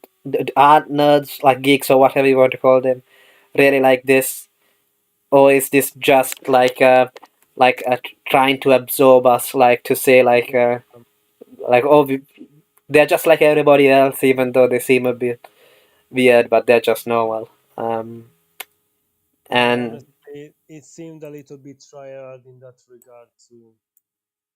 yeah, yeah, So probably it's the same issue with this book. It's written from an outside perspective or a skewed perspective compared to yeah. I the mean, real to book. be honest, I mean it wasn't like the character himself wasn't that cringeworthy, I thought, but I think maybe the events is what ticked Yeah, yeah. this guy off. Um, I think it's the opposite with the Big Bang Theory. The broader story in itself with these people um, connecting with one another, developing relationships, etc., is not too bad. But the dialogue and the moment to moment events really are unbearable. Yeah, I mean, it's like it's saying, oh, like the creators are saying, oh, we are nerds, just like you guys. Uh, Yeah, really, really badly done. yeah, I mean, um, about the love capitalism thing. I mean, like I've heard people, given that we're talking about sitcoms, I've heard people talk about how, like, when they were growing up, they watched that TV show called Friends, Oh, and I they never told, watched it honestly. So yeah, and they thought that like, oh, when they were grown up, they were going to have like a similar lifestyle to them, but in reality, they would never. In reality, they would never be able to afford to live where they live and mhm. do the things which those characters did. Like it was all a lie. um, It is a calculated lie. I do think this kind of. Uh, like it is. they're selling you a dream which is not true, or Yeah. something. And like I've also heard that like a lot of immigrants who come to the West, like they will watch these TV shows and think that this is real life if they move Mm. to the West, That but then everyone can live like yeah, this. yeah. But then when they come here, they're just stuck doing some shitty cleaning job in in a shitty neighborhood full of other foreigners. Which is Um, a yeah, thing in itself. I mean, I work in a relatively base job. The thing that saves me is that my English and my mannerism good enough that I can work in direct contact with the public. Let's put it this way, instead of being relegated to being someone who just is in the background cleaning toilets or something like this. Which there yeah, is not. I'm yeah, not saying there's anything wrong with doing those jobs, but I can understand that they take a toll on you way faster than, let's say, an office job or something in between, like my job, yeah. And because I need I full think time. it can make the like the difference between expectations and reality can make people very resentful And as then well. exactly the problem is this. Then they say, "Oh, then the system is against me. Therefore, I must destroy the system." But it's the system that, in a sense, allowed you to come there. Y- And Yeah, then but I mean, uh, it's just it, weird. it, I'm not it, saying yeah, exactly. But I mean, I guess somebody like Honda Toru, at least, he's not saying like we should destroy the system or something. we should create a parallel system. He's saying, Uh, and you people from the other systems shouldn't be too harsh when you judge us. yeah, I think maybe that's why he puts the emphasis on harmless. It's not like Hmm. they are like seeking to make a revolution or something. Exactly. We are weird, but we are not here to destroy society. We are just here to create our own small pockets, and we are not gonna cause trouble. Yeah, yeah. Which I mean, you do kind of see it with to an extent. Like they try to like like with Comic It, where it's all like it's all organized by the people who participate. It's not for money, and it's also self-policed. Hmm. And also, as I said, the cosplayers usually like first get there and get dressed there, like not to be a nuisance to normal people, I guess. Yeah, Uh, yeah, again, it's something that is similar to other, um, let's say, niche subcultures. So yeah, that frustration is understandable. I speak as someone who comes from a similar from a similar subculture, and sometimes I find some of the things or the perception of that community, from like when the outside world looks in. Certain things I agree are an issue, others are exaggerated or made to look way worse than they are. I'm not saying that there should be no discussion about the issues that such gated communities may present. At the same time, it's unfair to judge them too yeah. harsh. And another thing I wanted to say, speaking of gated communities, is that like he's not saying like oh, we should like form communities or whatnot. It's more. It seems to be more of an individual thing here,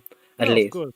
The thing is, you can join us, but you need to understand which kind of people come to these communities, and there are some things are accepted, others are not. Yeah, because yeah, I mean, he does talk about 2.5D places like maid cafes and whatnot, but I don't see him talking about conventions like the social aspect of the hobby. Yeah. He doesn't seem to care about that. Um, let's play.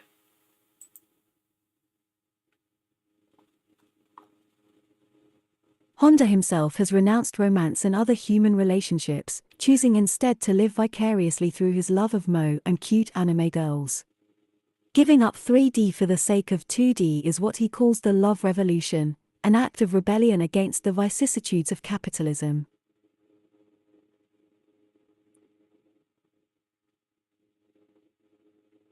At first glance, it's easy to be dismissive of Honda.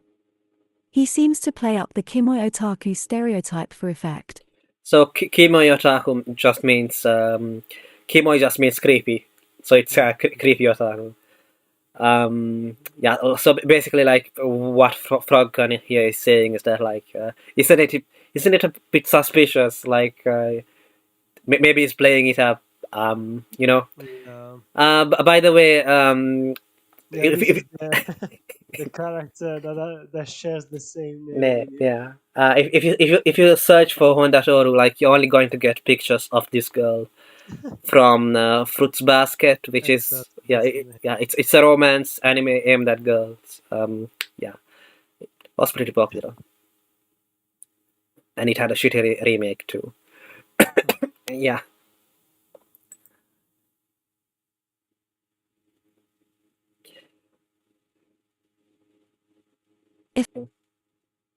Effect, all the while dressing up his thinly veiled misogyny with pseudo-intellectual references to Western philosophers. that's the problem. Like, I don't know. Yeah, Sometimes, yeah, I must agree with that. It's a little bit pseudo-intellectual. Sometimes it's a lot of smoke with very little fire underneath. yeah, but I mean, the problem that they have is more of the misogyny or Yeah, whatever. exactly. But I don't know. That doesn't seem like it's against women. It seems that it is like how women have been shaped by certain currents in society. Yeah, I think the problem that they have is that, like, when he says, "Oh, women care about looks and money." Yeah, I mean, Exactly. It, to a degree, has always been true.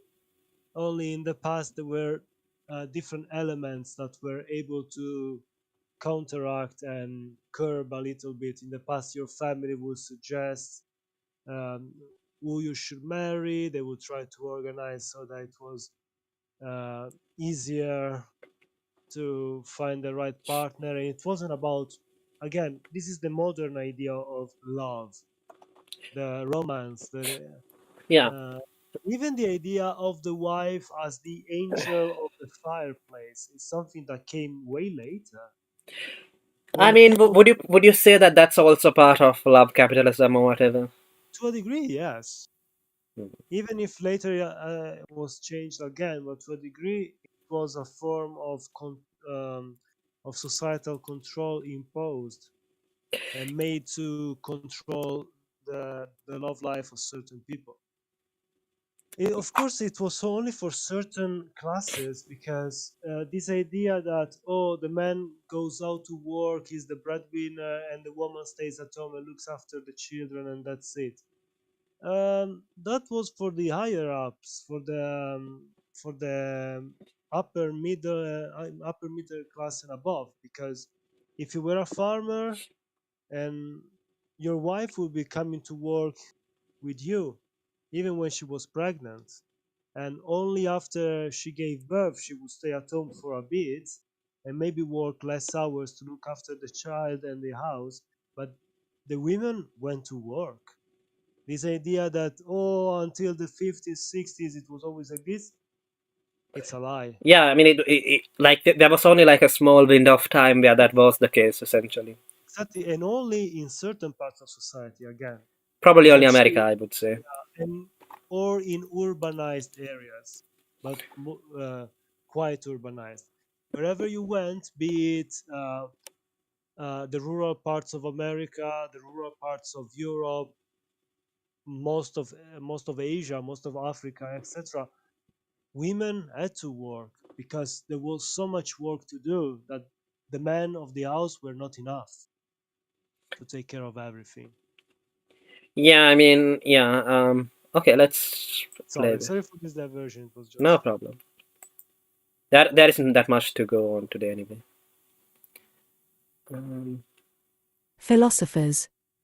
But when he talks about his own life, I could start to see where his attitude comes from. At the very least, I think there's some worth in translating his words, especially to put a human face on the people who argue passionately for the superiority of 2D anime girls. Not this Toru Honda. Yeah, we get it.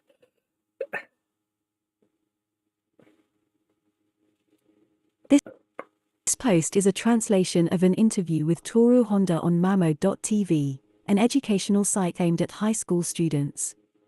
The focus is on philosophy and not on otaku particularly, but I think you can see how his attitudes as an otaku were formed, and how they've been influenced by his experiences and the philosophical texts he's read. I'll leave it to you to make up your mind about him. And now, without further ado, Toru Honda, author.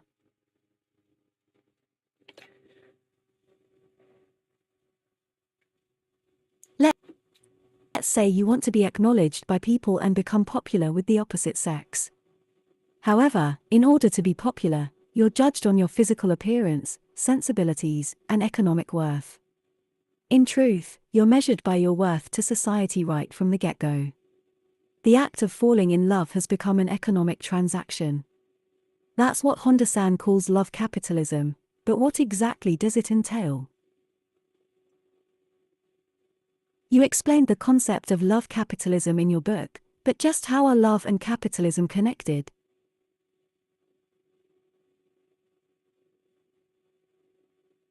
A long time ago, money and love were opposing things, but around the time I graduated from university, Japan was right in the middle of what we call the bubble economy. It was as close as you could get to a prosperous period of history. To put it simply, there were a lot of people who would hold a fan like bubbly Aota and dance around. this reference. I think it's lost to us. Yeah, I have no idea how bubbly Ota is. I don't think it really matters. Also, I don't think that when he says a long time ago, money and love were opposing things. This is not very clear. And anyway, marriages always involved what is called a dowry. Very often involved a sort of payment because it was to cover for the expenses of the new family starting out. So while it was not directly linked with love, with the fact that two persons were ready to start a life together, for sure money was involved to a degree. Yeah, I think he has like, I don't know, an unrealistic view of the past, Hmm. like a lot of people on the right are accused of. Hmm. Yeah, but this time he really does have an unrealistic view of the past. I think, yeah. I mean, he's talking about the 80s. Um, I don't know. I guess maybe it's because like there's a lot of media where like you know it's and stories which may have affected people's impression because like No, of course, they are like usually in most romance stories the money is not like the most important thing, is it? of course. Yeah, so I think that's For probably sure, what, yeah. the media we consume influences us to a degree, Yes, and how and media, also, yeah, and also media about the past, right? yes, and how they put and then how they portray certain, or how they forget, how they omit purposely or not certain elements, certain aspects of life in those times. Yeah, you don't, like it doesn't look good to see like characters talking about a dowry or whatever, right? So Yeah. it's Even I think it's a disservice to Unless you're talking about something like in a fictional setting, then it's different because then it's understandable. You don't want to focus on the minutia of how the economy works in, say, The Lord of the Ring or something I like this. mean, It it's can it. be interesting to Yeah, have it can. a glance how it affects the broader story. Mm. After all, let's put it this way: the the people from like the Esterling and the Sudron from the Lord of the Rings are allied with Sauron because they want some territorial gains, etc.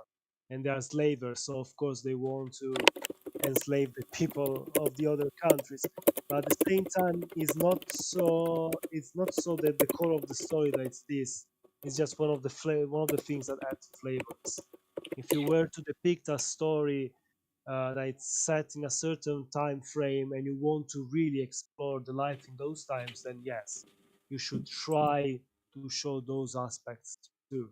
But I don't think it's easy. Yeah, yeah, and I kind of feel like most people get their history from fiction rather than history books. And that's why it's always a limited view or oftentimes like a ridiculous view of those times and those characters. Yeah, like I don't know, like obviously, like because so for example, I watched Barry Lyndon, that Kubrick movie, and like everything just looked so beautiful, and like the clothes that there wasn't any dirt on the clothes that characters wore. Obviously, they were all good-looking actors. So though in that case, the story is about an upstart. So like Hmm. like there's certainly a message about money in there. It's not exactly a romance story. One of the movies that, despite being fiction, did a decent time at representing how filthy and bad things could be. It was the first Pirates of the Caribbean. You could feel the filth of the pirates and some of the locations. So it was interesting. It's such a crazy movie. They were able to give you a sense of the time frame and the time period. Yeah. Okay, let's try playing. Uh,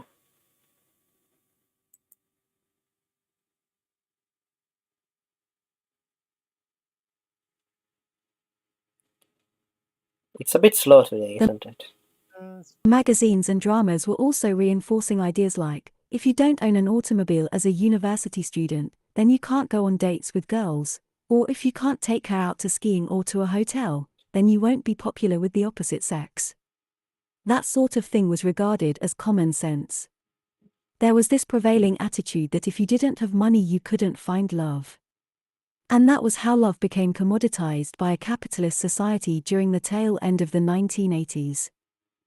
that one, not knowing how the situation was in Japan, I do believe it was a honest take on his part.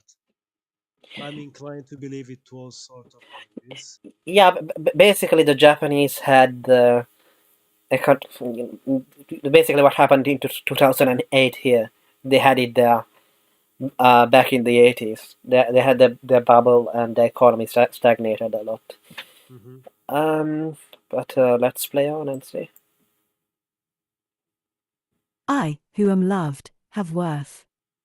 And that worth is decided by the market. When love has been commoditized, then people without economic worth cannot find love. And they say that people who cannot find love are beyond saving. The ideology of love supremacy has become like a religion in this day and age.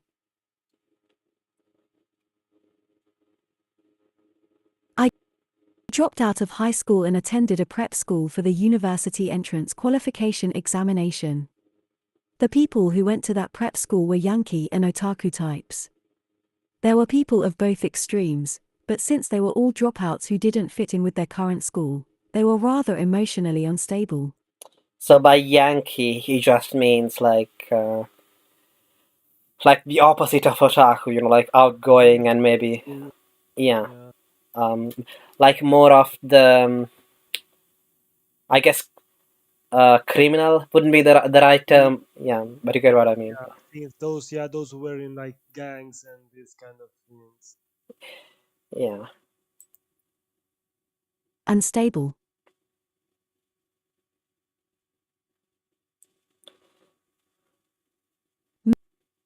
Maybe it's the anxiety of falling off the course of a credentialist society, or perhaps it's the feeling of isolation from society during your teen years.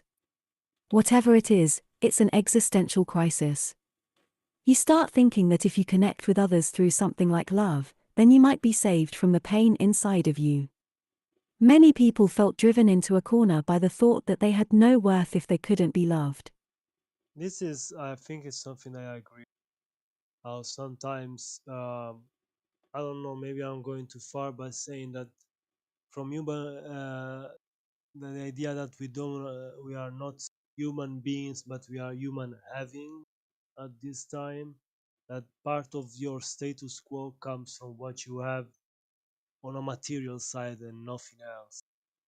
Doesn't matter your culture, doesn't matter your ideas, as long as you can show your flaunt your wealth. That's the one part that matters. So that regard, I sort of agree. Yeah, yeah. I mean, like, who cares about like what you think about Nietzsche or whatever?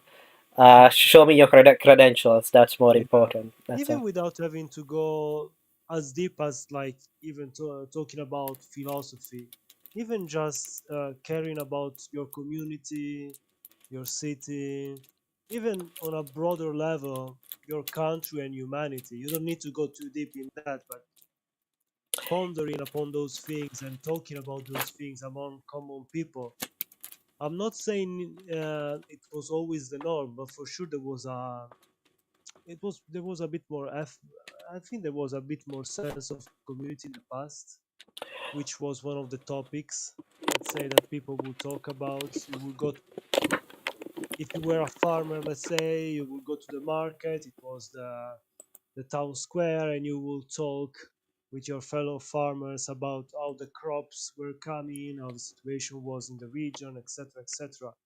Right now, even when you talk about work, it's never like this. It's more like most of the time it's about what you do with your holiday, where do you go when you get your holidays, what you're gonna buy, etc. Yeah, it's hard to talk to people if you don't have money. I guess. Yeah, in that regard, I think he's right. We became a very.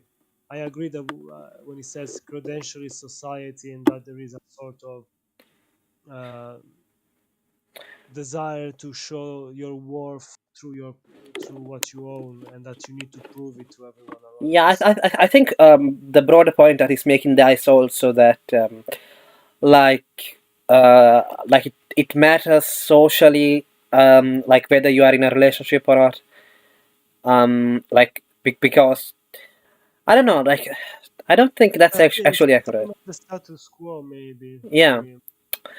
um And to a degree, there is something true to that.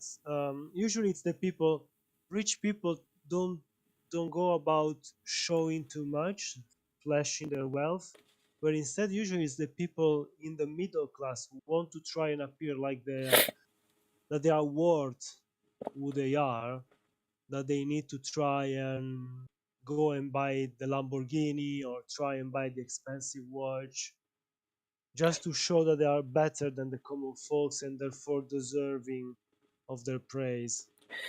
yeah, I also think here it's also complaining about like the idea that oh like once you find love or like that's it, like all the bad feelings that you have will Yeah, go away. Yeah. that's like a one-time solution to everything. It's like an injection. You get that, and it's done. Far from it. A relationship, if anything, is the beginning of a lot of troubles that they may be. Then they may be worth the trouble. that person may be worth all the hardships and difficult times. I think that's something that it's missing. That sometimes it's worth it, and even if at the end it doesn't work, it's an experience that can be important for your growth. Yeah, yeah. I think the problem that he has is that I guess he believes that people hold that to be the most important experience. Yeah, Yeah, it's a little bit of like I see people around me like this, therefore that's why. It's a little bit of his own answer without going too deeply into it. yeah. And I'm not saying it's wrong. I'm not saying it's 100% wrong. For sure, there is some truth in that, but it's only one part, one aspect.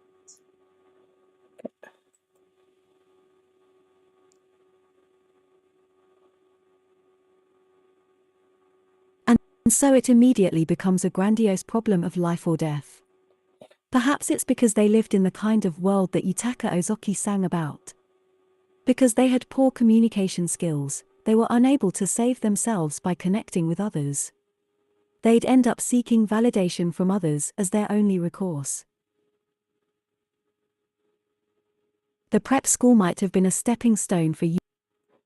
I guess he's complaining about like um he's kind of saying that the problem is that then what happens is that that there's people who like that they get their like because they can't get any human connection, they think that all their worth must come from How people judge them. yeah. That one again, he has a point here. I do believe many of us happens to me as well at times. I'm not gonna deny that. Um, it's very easy to say because others are this way and I'm not like them, or because they look at me and they say this, therefore, and you create these castles in your mind. You barricade inside of them, or even worse, you sort of build a prison around yourself because you're afraid of these implied judgments. Many times people may have ideas and thoughts on us, but doesn't mean that they judge us only in that regard or through those one-time words or judgment they pass on us. Hmm. Also, in a sense, we are not that important, so Yeah, we I think shouldn't. yeah, exactly. I think most people don't really care about you, for better and for worse. Like, Exactly. they're not going to help you if you get into trouble. But But at the same time, they are not gonna cause you trouble, at least not directly.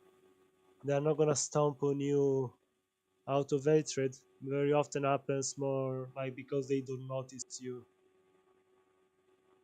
yeah, Indifference is way worse than, in a sense, the fact that they don't notice us. It's more common than malice. That's the cause why very often we cause troubles to others because we don't care, rather than because we want to destroy them or yeah, something. yeah. I mean, like a lot of these people who are stuck inside their homes, hikikomori, otaku, whatever. Like, they are thinking that the moment that they go out, like they're going to be judged. But Mhm. most people just don't care about them one bit. Exactly. Everyone has enough problems most of the times to keep on his own Yeah, and I think bother. it's also partly because a lot of these people they're like the only social experience that they have had in school is in school, Yeah. where people do care, or like uh, like if something small happens in school, like it's the biggest thing ever. Mm. um so I think they kind of like make the wrong assumption that like the rest of their life is like an extension of that Exactly. period. Extension of school.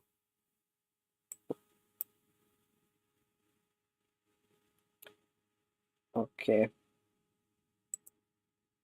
It's not working again.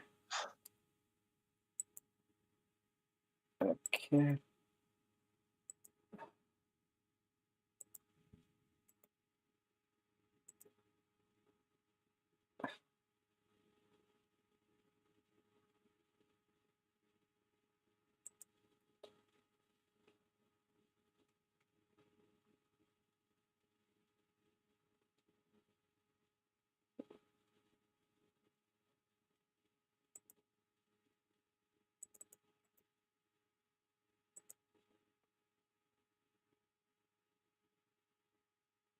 The prep school might have been a stepping stone for university, but so many of my friends were left crippled by their relationships.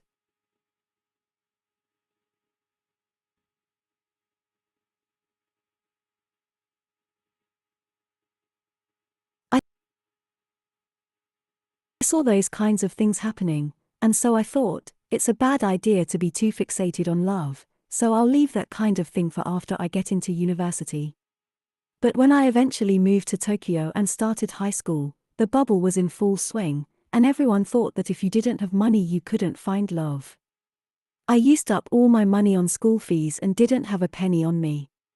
But, well, given my case, it would have been hopeless for me even if I did manage to scrape together some cash. Yeah, I think it's a typo here. I think not when he started high school, but when he started university.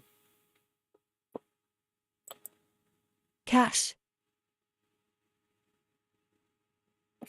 Yeah, like this whole thing about going to Tokyo and then it's for university and then it's a shit show. Kind of reminds me of No Longer Human a bit. True.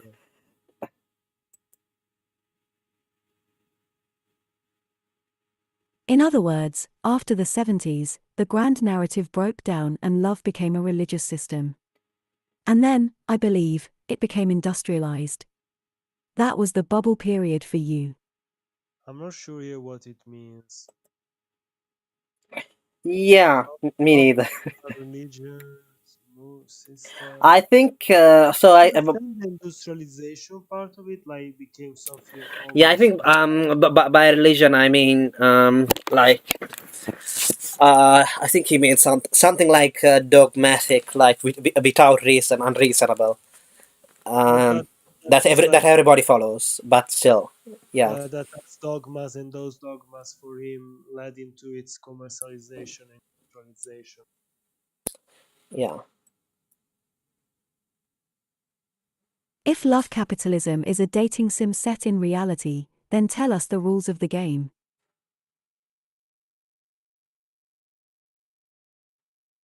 You better scroll down. Uh, I think it should be able to scroll by itself. In Huh? this society where love is equivalent to modern capitalism, all the parameters required to win in a capitalist society apply to love as well. I'm talking about things like your economic value and your academic history. That and your looks. Humans have biological urges, so that should go without saying. People who lack either quality would have to sharpen their communication skills, things like their personality or hobbies. And since the late 80s, the ones deciding the rules of the dating sim would be the advertising agencies and the mass media. Magazines with dating advice like Hot Dog Press were selling well, and the trendy dramas and hoi choi films were spreading all over the place.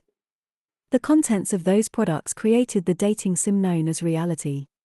Well, again, it seems to be saying that before these magazines and everything, I was hunky dory and no. Yeah, I don't think. Yeah, like I think people blame capitalism a bit too much here. Like, Yeah, I do agree that, let's put it this way, capitalism was the last, especially how we see it today, because capitalism is such a broad term again. This last iteration of capitalism for sure picked up from something that was there before and that was already trying to shape this idea of love. And here I think with love is talking about how relationships are formed, how they work, and what is the parameters for them.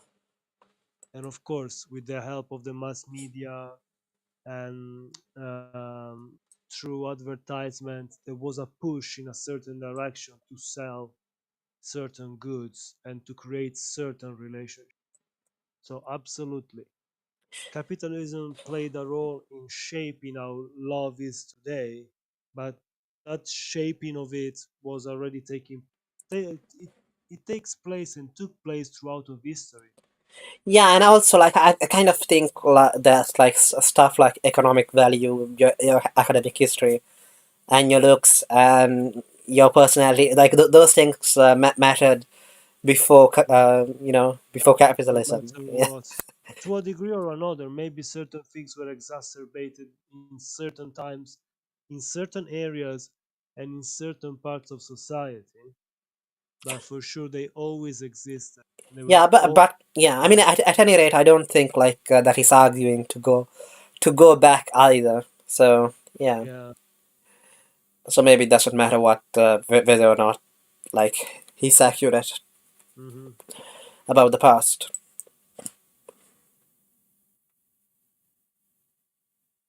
You say that people who can't be consumed in the romance market will be unpopular, but in your latest book, A Philosophical History of Unpopular Men, you claim that true philosophy begins from the agony of not being popular. Motonai.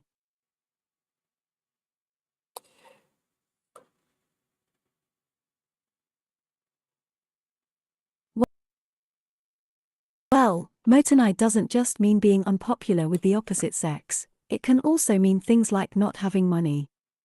In other words, the unpopular in the title refers to being deprived. A person in a deprived situation will apply their efforts and think outside the box in order to deal with their feeling of deprivation. From there, the makings of culture are born, philosophy and all that business. Deprivation is what drives development. People who get the girls or money are comfortable in their situation, so they don't really get bogged down by an existential crisis. I don't I think don't I don't think that's understand. really fair. I mean, like Yeah. people can be interested in philosophy and whatnot even if they are not deprived of anything. If anything, philosophy started because there were people who had enough free times in their hands to stop and think, because they weren't just barely surviving. Absolutely. Doesn't mean that before there weren't people who were thinking or creating art or bettering tools, etc. Cave paintings are a proof that there was also an artistic sense in Yeah, men. and also Even because to, I kind of feel like he's kind of implying that like people who are popular like they don't have problems or like exactly. they don't have tragic thoughts. It's always easy, no matter. Like Of course, being popular, they have it so easy that they don't like have to think about life or the fact that they're going to die. which is not true at all. uh, It's not completely wrong. Sometimes, when desperate times bring forth the best and the worst, so they can cause great changes. yeah, But it's not just a matter of having what you need. Existential dread is something that, if anything, when you're wealthy enough that you don't need to think about surviving day by day, there are other fears that you I have to think grapple with. yeah, I think maybe he's like he mentions Nietzsche later on, so maybe he's thinking of it like the way that Nietzsche thought that well like slave morality is bad, but it's also when people came to think when those people who had to use morality um, like like what they did was like a creative thing. Mhm. I don't know. It's hard to explain how No, no, I think I understand. that the fact that like they had a problem is what led them to the problem being that I guess they were being oppressed Hmm. by people more powerful than them is why they needed to create some kind of ideology or whatever. Um, and that was a creative effort or something. Hmm. Yeah, It's it's not completely like devoid of of truth. Sometimes when you are in such situations, you need to find ways to cope or to find solace in the situation, and escapism is a form, it's a system, and sometimes even ideology to move outside of the situation you are in to a more comfortable place, at least in your mind. It's the same thing, a little bit like the Stoics. And the idea that it's very similar in Christianity, that no matter who controls your body, as long as your soul is free, as long as your mind is free, that's the most important thing. but I think this is a different way of embracing this, and I don't agree with Toru on this one. Crisis. If you chose philosophy, you must have had an existential crisis. It was definitely not my first wish to choose philosophy in university. Actually, it was my only choice. I just read a lot of Nietzsche and Kierkegaard after I dropped out of school.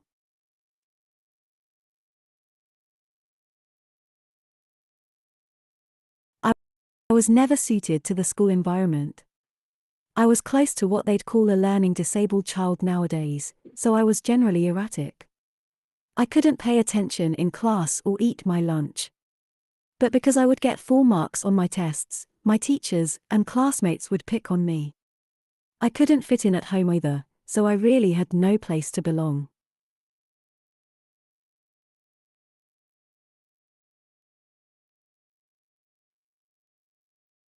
I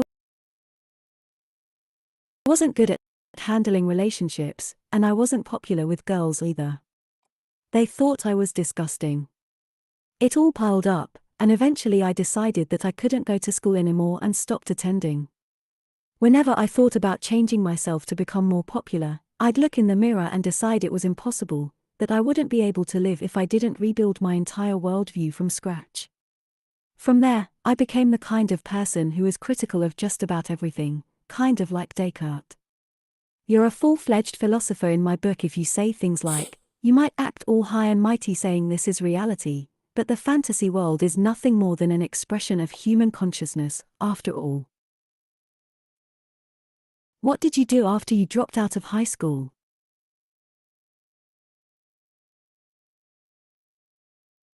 For a while I shut myself in my room and watched anime all day. Depending on the situation, it wouldn't have been strange if I'd killed myself, but I would think, I can't die until I've seen the last episode. I didn't have any money, and nor could I go outside.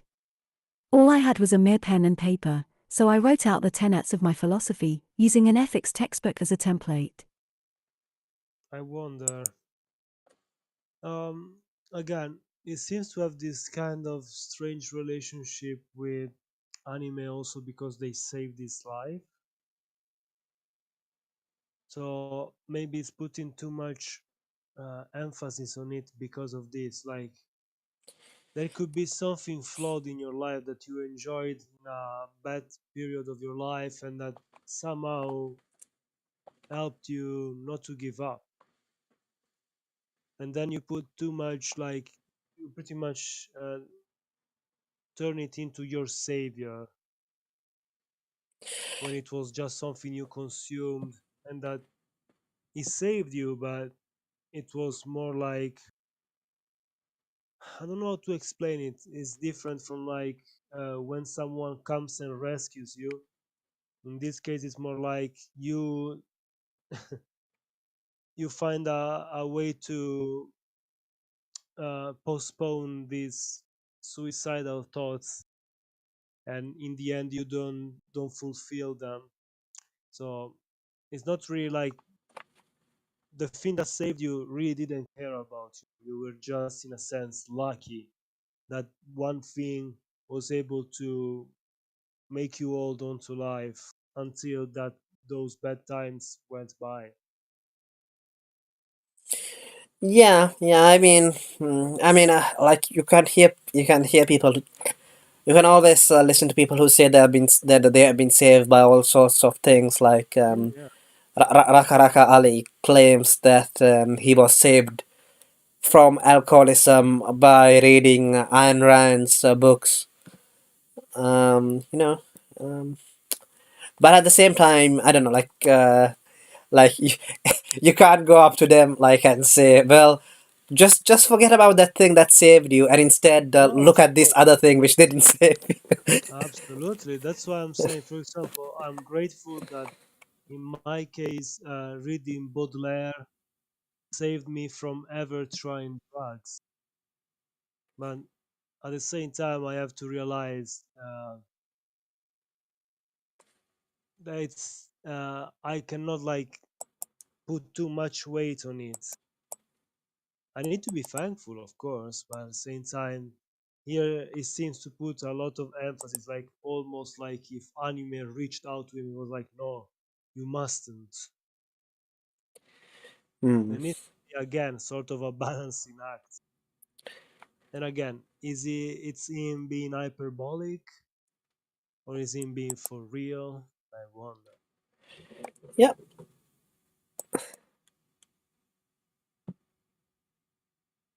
As far as a philosopher is concerned, the concepts around 2D reality, such as Plato's theory of ideas, would apply to harem anime. I wrote about things like that. Yeah, because of the forms, the word of the forms. Yeah. Therefore, Mo is truly platonic love. Yeah. Yeah.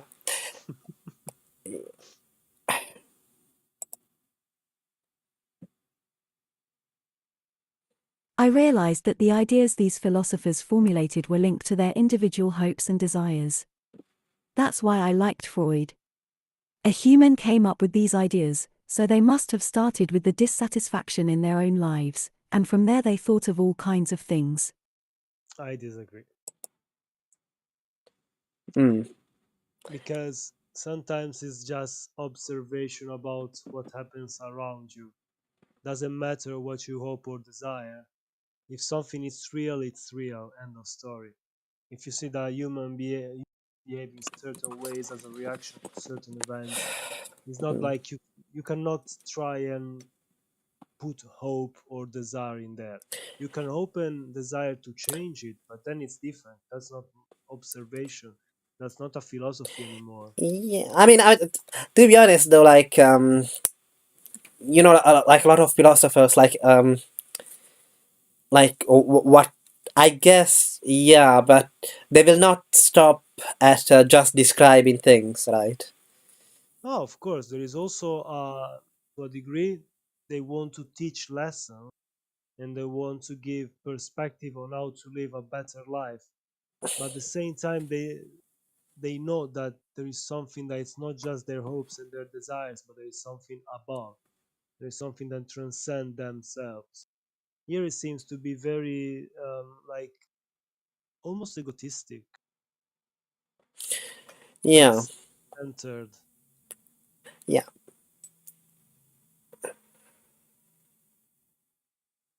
A ridiculous amount of philosophers were I mean, to be fair, you could also say that it's also, how should I put it? Or I'm like, it's also humble in a sense, in the sense that, oh, I'm not saying that this is just this is the objective truth. I'm just saying this is my opinion. Um, if like Oh, these are just my desires. I'm not saying that like what I'm saying is above like everything. Um, but yeah, yeah, but it is still self-centered, I guess, literally. that's why it's more of a manifesto rather than a philosophy.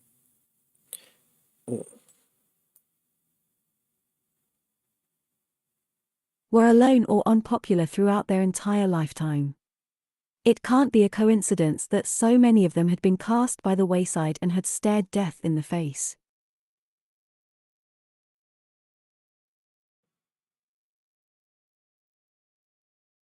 These days, our lives are based around consumption. You have to keep using money in order to prolong a romance. That even applies to mature and lifelong romances. Even if you get married and have a child, you still have to do romance. I found myself thinking that in a society like this, I was worthless unless I could find love or make relationships with other people. But because this is a capitalist society, not everyone can win at love. That's why I believe there are more people in the mainstream these days that anguish about existential problems like Nietzsche and Kierkegaard. Hmm. When I was reading this, I was thinking that I don't know. It's not a problem only of capitalism if you cannot, like he said, win at love. Even before, there were a lot of people that didn't get married or that saw the love of their lives being taken away by someone else. Hasn't to do with capitalism, has to do more with human nature, I would say. Yeah, I guess in that case, though, still it doesn't really change. Like you could say that, well, yeah, things were always this way. So that means that what I'm saying is still important, will remain No, important. no, no. It's right to say that this is a big issue. The problem is that it seems to overly emphasize how it's a problem of capitalism. I would Like agree. Yeah, yeah, that's my concern with this opinion. I do agree that it's a big issue, but I don't believe it's an issue that appears only or because of capitalism. yeah. Maybe it's up certain elements. I'm not denying that, but it's not only because of. The modern man cannot be saved by grand narratives. He can no longer receive spiritual comfort from Christianity or elevate himself along with his country, as he might have done before. He cannot save himself by his own hand. He may seek small comfort through relationships such as romance or family, but if that doesn't save him, he cannot preserve his sense of self. He'll end up thinking that his life has no worth. This one again is sort of weird. It seems again this idea that needs to be something that pays him back. That's the weird thing. He sees Christianity, he sees the love for one's country and family as something that needs to yield a return. Yeah, but And I mean, you could still you could say that Christianity does tell you that like you have a place in this universe, your life has meaning. And obviously that has, like, if that wasn't the case, then less people would care the about problem it, is right? the thing is he sees the worth in himself. In Christianity, the worth, we don't give worth to ourselves. If anything, we are called the worthless servants. That's one of the titles that we give to ourselves because we know that we are not technically we are not deserving of God's love, but He still loves us. That's the the, the Yeah, but scary yeah, message. I get it, but like he still does love us, so that's worth everything, right? Yeah, absolutely. But this is the thing. He's trying to. He seems to put the word of Christianity in not in Christianity itself, but what he gets out of Christianity. I don't know if I can explain it correctly, but let's put it this way: for someone who truly believes, of course, there are moments of doubt, moments of weakness, etc. But even if things are, it's the story of Job, no? He loses everything, is left on a heap of filth, scratching the itches of his sickness, with his wife telling, "Pray to your God and die." Can you imagine? And even if it's upset and everything, at the end he still believes in God. He does not give up. He's upset and everything, but he keeps being loyal to God despite his um, his accusations towards him. In this case, uh, Honda seems to have a vision that it's more like utilitarian. Oh, I'm gonna do it because there is a immediate and Yeah, but I don't think. I mean, I don't think. I mean, it doesn't. I don't think he necessarily means like. I mean, you can say that. Well, Job, yeah, but he does still trust God because he thinks that God will deliver him in the end somehow, right? mm, not really. If anything, it's more like an acceptance. Even if I lose everything, I know that God, in the end, is like He knows better than us. In this way, it seems like everything has to be filtered through our own selves to have worth. And therefore, if we don't give worth to our own life, it becomes worthless. When there is a worth that it's outside of us, I think it's missing that, in my opinion. Maybe I'm misunderstanding his Mm. word. Yeah, but I mean that outside word is giving birth to ourselves, whether it is the nation or God or whatever, right? A word which would not be there if you remove those things. It's not easy to explain, but I do believe that the love of country, the love of family can be selfless. In this case, he seems to be a bit more selfish when he talks about these things. Again, what I get out of this, rather than it's something that I do because, in a sense, that is also a duty. Yeah, I think what he's saying is that at heart, the reason why people do that are selfless towards the nation, God, or the family, or whatever, is because they must get some comfort at some level from it. I Yeah, disagree. yeah. I don't agree with him. Okay. Certain things can be done even if you get nothing in return. And Yeah, that but I can don't think be, he's necessarily he means some that people get something material from it. no, no, no, no. I understand that.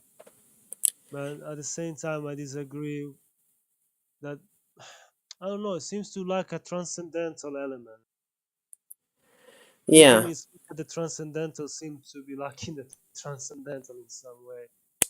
yeah. I think yeah he's just saying that people get some emotional worth Yes, from it. exactly. Let's see what else he has to say.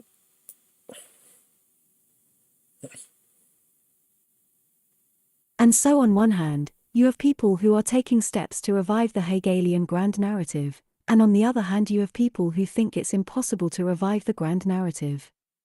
An existential crisis is gradually arising. And so, on one hand, you have people who I are think it's taking reading the steps same to thing. revive the Yeah, Okay, let's try I don't clicking know what this. happened. Uh,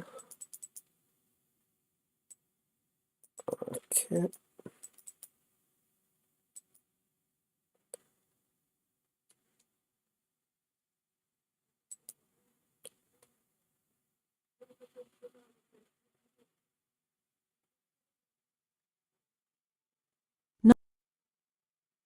Nietzsche, the forerunner of existentialism, wrote Thus Spoke Zarathustra after being rejected by a woman named Lou Salome. The contents were basically, I will forever be unpopular, but I live on. Were those real?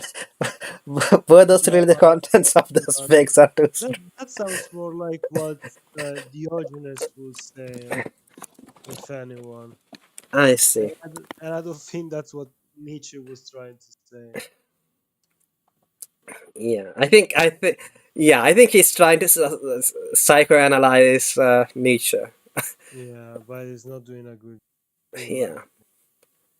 Um, because basically he's saying Nietzsche wrote this book just because he was unpopular. opinion.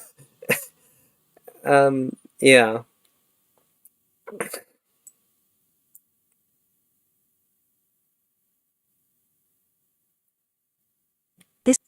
This was in the 19th century. Nobody understood it because it was ahead of its time, and only 40 copies of Part 4 were printed.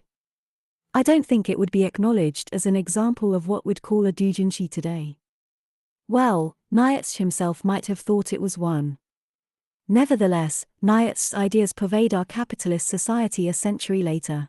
I mean, to be fair, Nietzsche was kind of solitary, lonely man. So maybe Yeah. that's why. Yeah, yeah. So maybe that's why he sees the appeal, or rather, Yeah. he thinks Nietzsche is like him on some level, I guess. Hmm. Um, right. Okay. Later. I think that Moteru isn't just about love. To me, it's about receiving attention from people and living your life without expecting to be acknowledged. Doesn't that require a strong ego?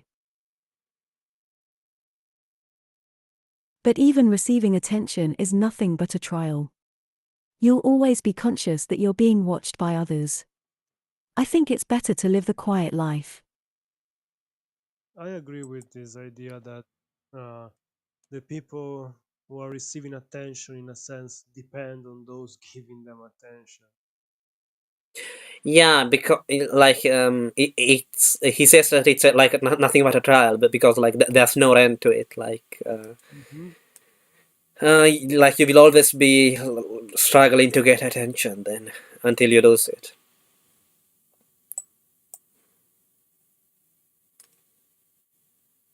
It may be that in this world your entire being is determined by your relationships with others. But that's not actually the case. If you think you're okay with that, then that's how it'll be.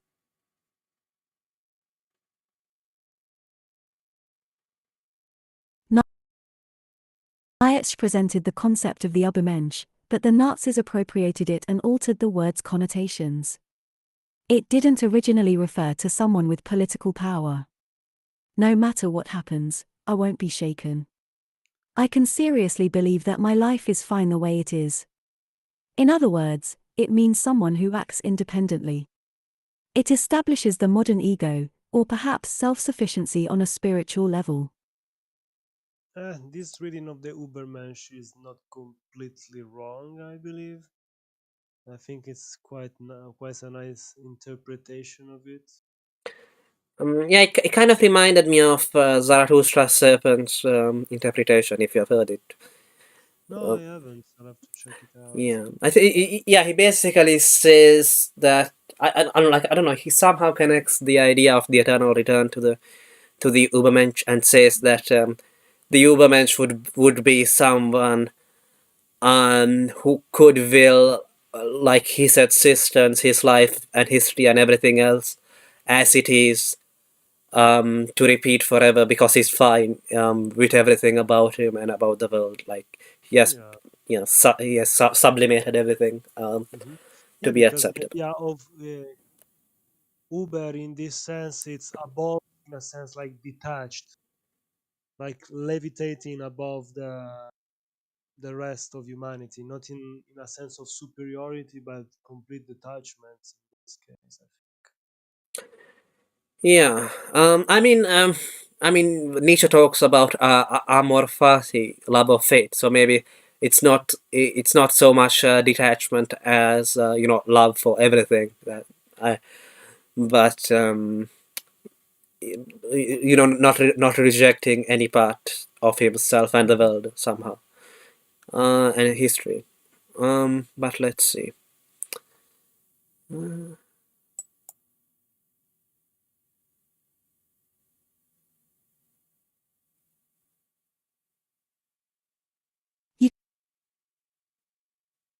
can look to other people, but it's not actually a good thing. There's no resolution, no matter where you go.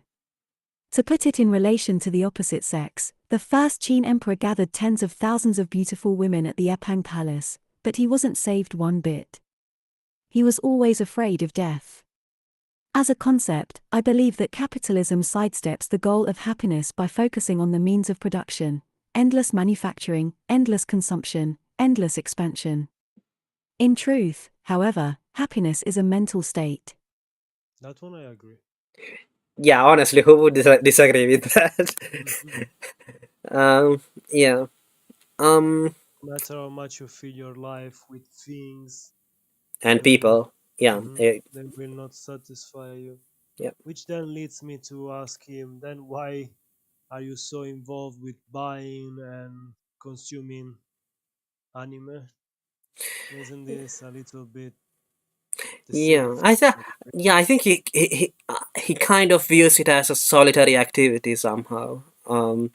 Even though he's still interacting, obviously still interacting with the world and the market and with things, right? Yeah, Yeah. still I find it a little bit like contradictory here. Seems a little bit of a That said, cope mechanism. Yeah, it's like a crutch, isn't it? Like if you say that Mhm. it's just a mental state, then why do you need material things, right? Which at least he seems to later admit that it is something like this. Like it's his own way to like fill the void to a degree.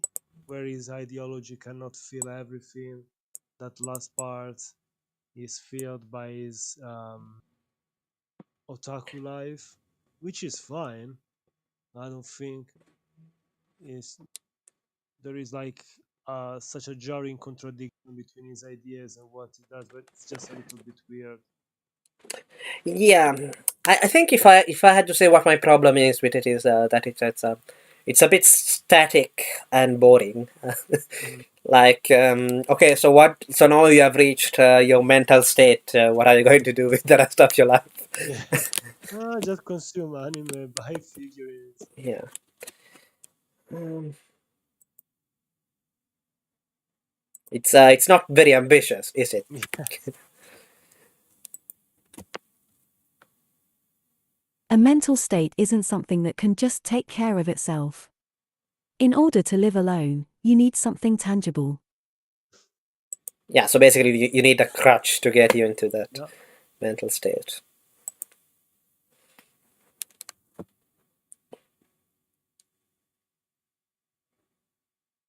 Not What happened? Why did it go there? Um, yeah. Let me try to get it to start here. Hmm. More actions. Read. Yeah. Come on. I can't find. Oh, there it is at the top. In order to achieve that, you need to strive to do something you really want to do, as trite as that sounds. Honda-san, how did you find something you want to do?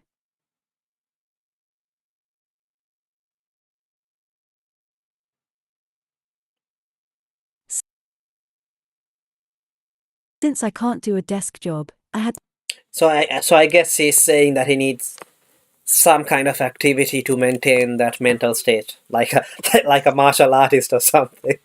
Which is not too bad of an idea again. Hmm.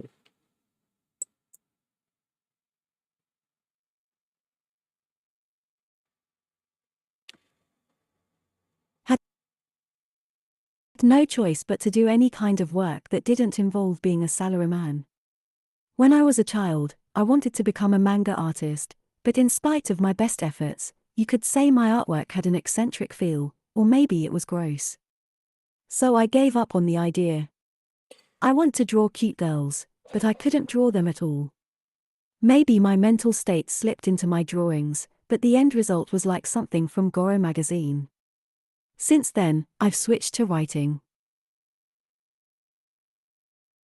After I graduated university, I worked for a publishing company, but sure enough, I couldn't adapt to it, and since then I've been a NEET or freeter. So a freeter, that's an interesting word because it's not.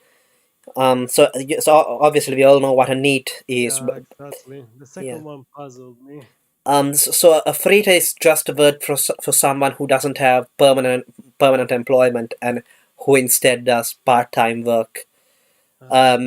Because in Japan there is this divide between people who have like a contract for life essentially, who will never get fired, and people who are hired on a more temporary basis, basically like most people. But basically, it used to be that everybody had permanent employment back in the Mhm. 80s. But now there are a lot of people who are freeters who basically just do some small job, Yeah.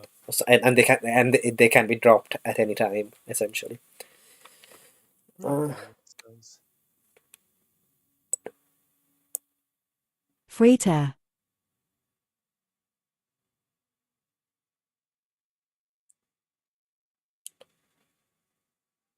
yeah, might have to reload this. It's not working. Yeah, yeah. Yeah, apparently, in the chat, in the recording channel, the street always wins says that your audio is slow, but I can't figure out a way to put I'm it up. sorry for this. It's high, I don't know, it's high enough for me, but yeah. Maybe on the stream it's not high enough, or maybe my voice is too loud. I'll reduce my audio instead a bit. That might. Well, now it's too late anyway. So let's just leave it and get this thing working as soon as I can. A mental state. We read that. We read that. Yeah, yeah. I think by far this was the more interesting interview. Yes, the one in the whole manifesto says a lot of the same things pretty much. It talks a bit more why people like cute characters, but Yeah, much more. yeah. So less about himself because it's about Moe, the thing, right? Whereas this interview is more More like a about himself. worldview. Yeah, Yes. yeah. It's an interesting thing that this interview was for like basically for high schoolers essentially. I like the ending when it says to, well, pretty much to find your own passion and not to give up even if it seems hopeless. Yeah.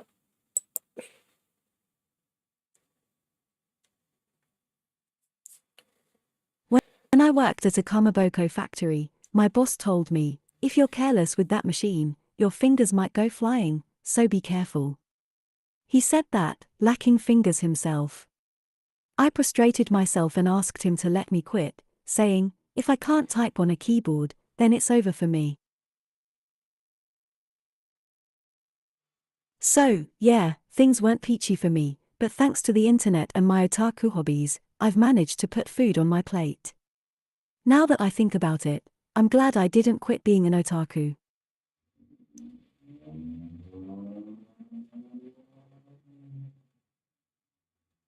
When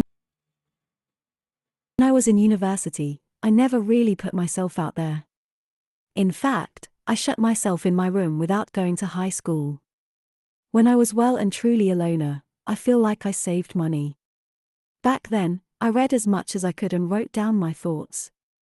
At the time, I thought I didn't have a future, but now that I think about it, I might just be glad I had that experience of being a hikikomori. You could say I put myself through brain training on hard mode. I was definitely incapable of thinking of it that way at the time, though. To be honest, though, I kind of feel like I mean, maybe I'm being too harsh, but that he kind of got lucky. uh, Yeah, it and could have ended way worse. yeah, Still, I understand where it's coming from. Like, I think it's trying to say I experienced some bad moments, but I was able to come out of them a better person. And at least he didn't waste his time completely. He read and he put his ideas on paper, and maybe that's why, like he said, he was able to survive through his hobbies as well. He was able to create a small audience for his own creation, etc.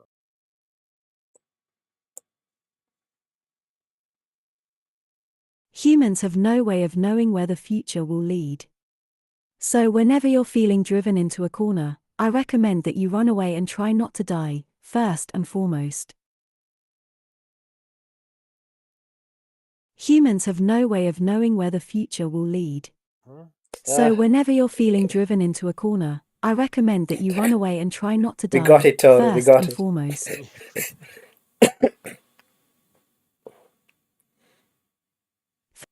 For now, you should do what you like doing. If you get involved in something you're passionate about, you'll get by, so there's no need to feel a sense of inferiority about your hobbies. Back then I, too, wondered if it was okay to watch anime of all things, but thanks to anime, I'm still alive to this day. There's no need to go out of your way to conform to societal standards of worth.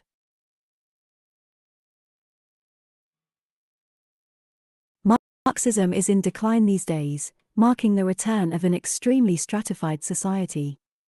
I do wonder what we should do about it, but there are ways to live, even if you force yourself to get on board with capitalism for now instead of fighting it. This one again, I'm not sure what what to think about this. Like it's saying Marxism and capitalism, and I'm not sure what he wants to. Is this political interjection? I don't understand what he wants to point out to. Maybe that he wants to change. So it seems like he hopes for society to change, but And yeah. I don't think. I mean, I'm not sure whether he hopes for society to change, but maybe he does. But so I mean, he's saying that he thinks that Marxism is in decline these days. Mhm. So like, and that because of that, like we have talked about this. The left wing student movements in Japan, they are Oh yeah. dead. I mean, like you have the new Vogue stuff, but that's not the same thing. Mhm. Um, and I mean, I don't know. Like, so I guess he's saying that society is returning to a more, like a caste. Uh, Yeah, yeah, there's exactly. Hierarchical order or yeah, something like that. Yeah. but he's saying that also there's ways to live within this society of this stratified society of capitalism. Without Um, having to give up who you truly are. yeah, so like there's no fight, there's no point, or rather, there's nobody really fighting capitalism, but you can still live in it, Mhm. I guess. You Yeah, can, survive. yeah. But if you just sit there, you won't be able to eat. As long as you manage to get by on the lowest living expenses possible, I believe you can find things to enjoy within yourself. If Moteru is about having a title or money and using that to support yourself, then capitalism is made up of people who yearn to be Moteru. However, if everyone competes by those rules, then nearly everyone will become a loser. In that case, living a self-contained lifestyle should also be a valid alternative.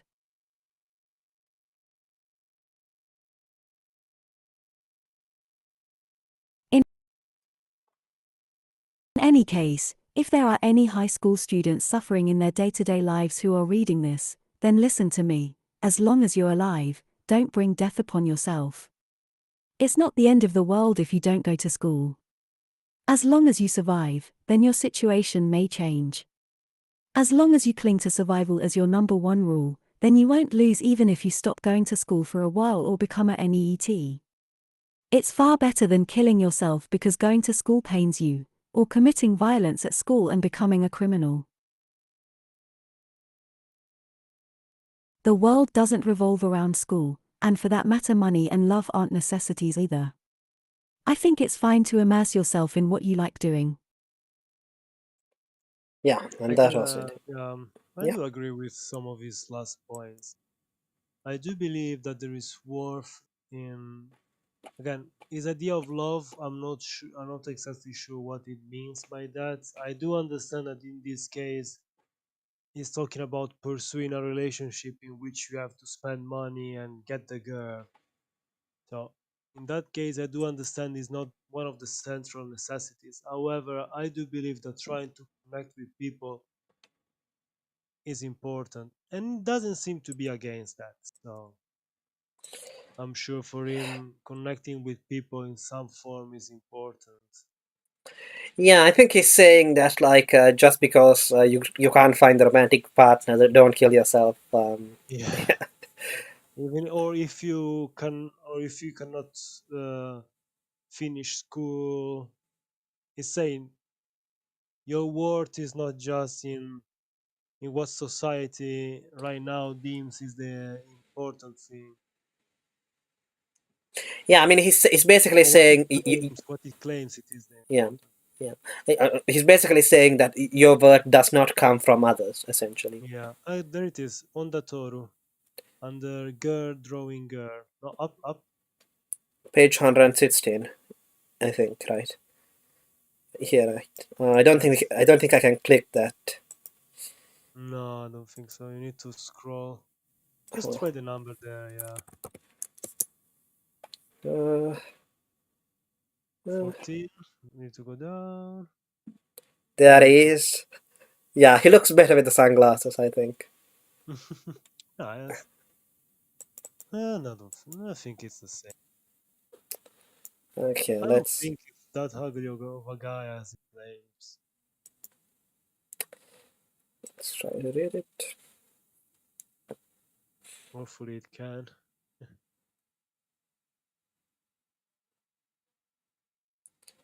Oof, it's struggling.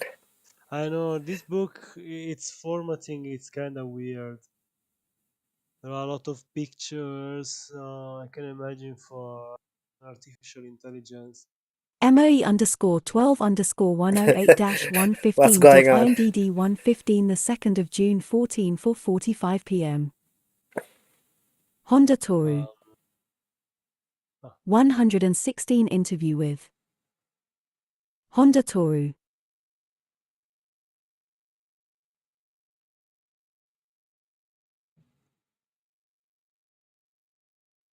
Okay. I think it's struggling with that giant H. Honda Toru, born in 1969, is an author and cultural critic. He became famous in 2005 when he wrote the books Denpa Otoko, Rambling Man, and Moru Otoko, Man, Bursting into Bud, which espouse his philosophy on Mo. He went on to write the books Modan no Tetsugakushi, A Philosophical History of Unpopular Men, in 2006, No Nai Renai no Susum, Recommending Imaginary Love, in 2007, and Sakai no Denpa Otoko, Modan no Bungakushi, Rambling Men of the World, A Literary History of Unpopular Men, in 2008. From Honda's perspective, Mo is a response from men who feel marginalized by a society in which there are few acceptable male roles beyond that of salaryman. In such a society, men must work hard and buy into romance by purchasing gifts and going on expensive dates. Calling this a system of love capitalism, Renoi Shihon Shugi, Honda advocates an alternative, relationships with fictional characters, what he refers to as a love revolution, Renoi. Kakumai. In this interview, Honda explains how he came to this conclusion, and why he thinks his point of view deserves to be taken seriously. Denpa Otoko. I. Ho. Photograph by Androniki Christodoula. Copyright symbol Sansai. Come on. Books, Inc. It's reading the sideways text. Yeah. MOE_13_116-125.INDD 116 the 13th of February 14 10:28 a.m. 117. The Love Revolution is here. Why one man recommends imaginary love. The Love Revolution is here. Oh my gosh. Is it gonna go back?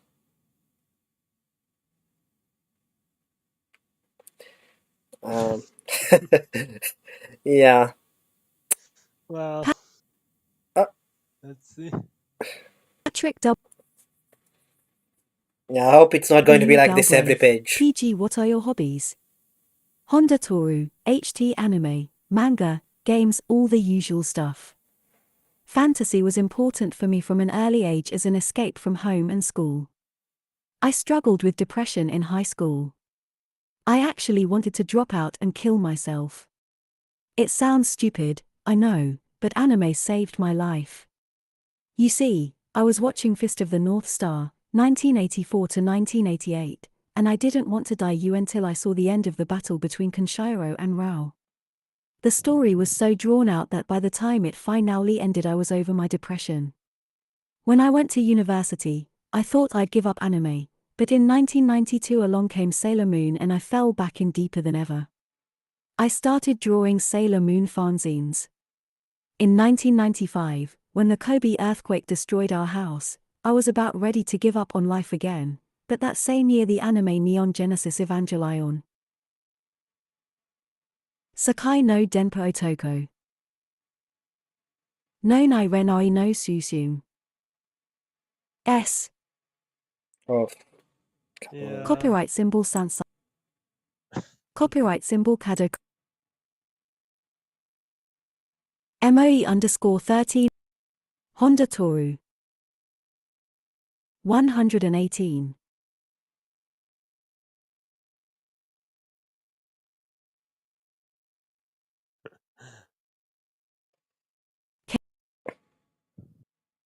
Came along. It was really the 1-2 punch of Evangelion and then Bishoujo games, betting simulator games, that sealed my fate as an otaku in the late 1990s. I have played Bishoujo games ever since, and right now I'm totally hooked on Love Plus. You can interact with a two-dimensional girl in real time, which is like a dream come true for me, because I have no interest in three-dimensional women. I'm not even interested in idol singers. Years ago I married a character from a Bishoujo game, 1, Kagi Akakisetsu E, 1998. Her name is Kawana Misoki.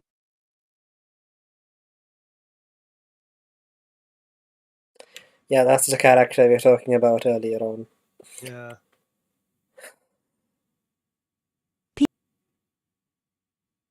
PG was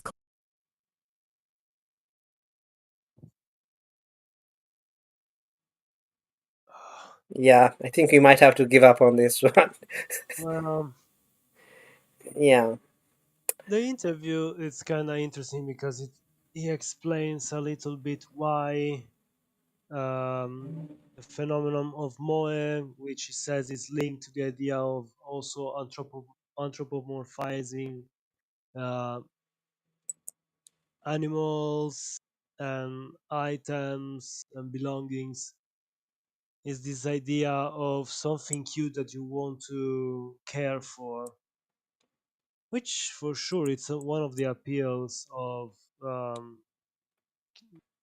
when you see something cute, you want to make sure no one damages or goes after it in a sense. And he yeah, said that this could be the beginning of what he says is the love revolution, moving aside from pretty much being forced to pursue romantic relationships with real women and being also allowed to uh, pursue meaningful for him relationships with fictional characters. And because they are pure, because they are not, let's say, tainted by the necessities and by the the flesh. dangers. Yes, pretty much it's like the same thing as the Adeptus Mechanicus in Warhammer 40,000. The flesh is weak, the machine is strong. In this case, 3D is weak, 2D is my strength because it's perfection. Again, this is the idea is the ideal form because it doesn't exist in this reality. It's like separated and therefore preserved. Yeah, yeah. Yeah, it's like I don't know. Like I don't think. Is it? I guess it's kind of similar to people who prefer machines to dealing with machines rather than dealing with people. Mm, But the difference here is that you put a human face on the machine, I yeah. guess. And Um, not only on the face, you turn the machine pretty much into a cute girl. That's why you've got, well, what's the name? There Hatsune are quite, Miku? No. there are quite a few. I was thinking more like VTubers? No. no, what's the there are now different series about battleships being turned into cute Oh girls. yeah, yeah.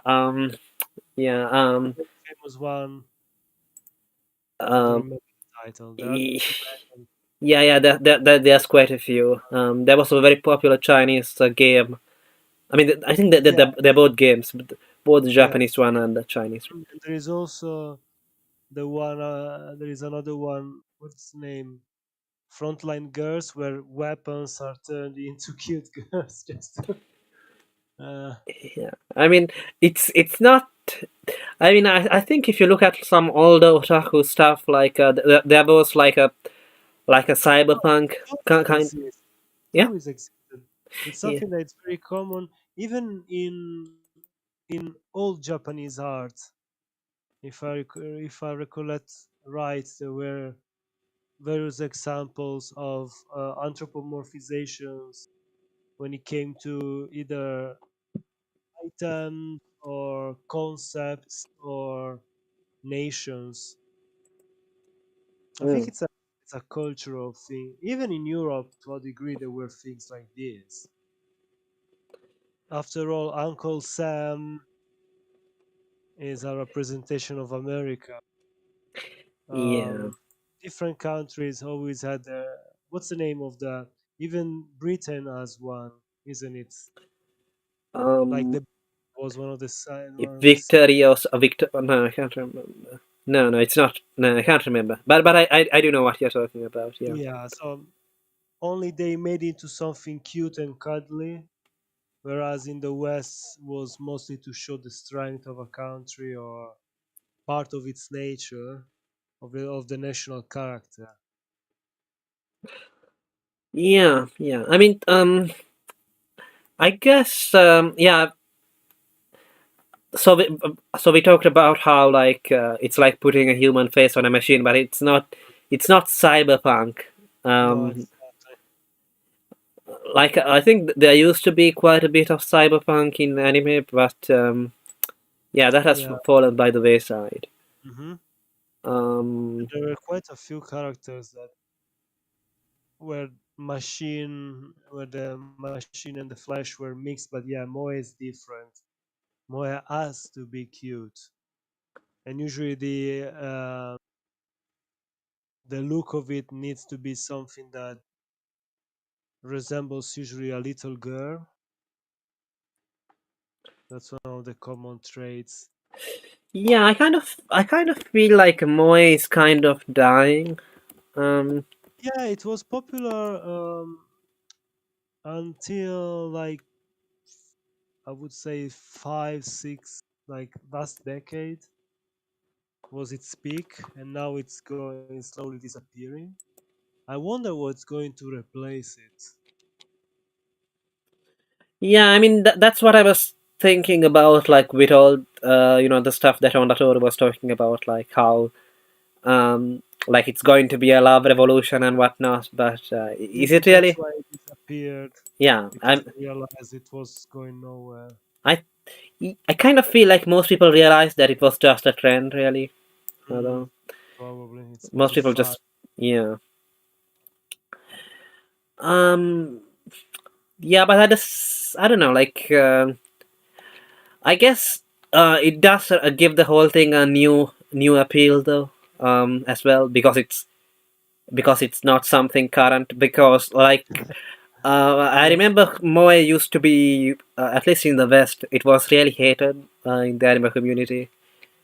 Like, yeah, I mean, there were a lot of people who were into it, like Digibro and whatnot. But uh, cute girls doing cute yeah, things. yeah.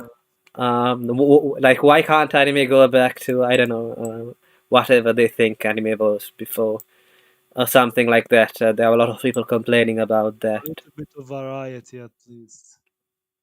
Yeah. Whereas now, like, I mean, so I would put this stuff, this Moe stuff in a box starting from the 1990s to the mid 2000s, or like 2010, I would say. Yes, yes, I Um, would say that was the peak Peak for Moe moment. yeah, Yeah. exactly.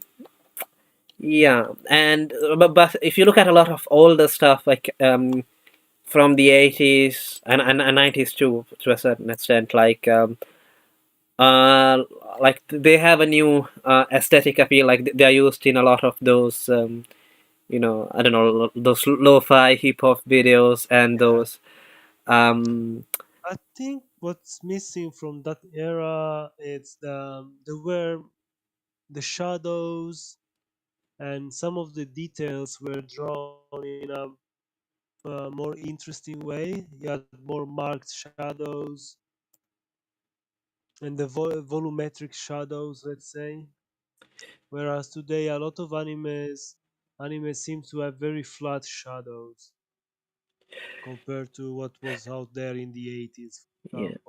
example. I would say that when it comes to comes to the late 90, or rather from the early 2000 onwards, Hmm. at least until 2010, it seemed to me like they were going for a more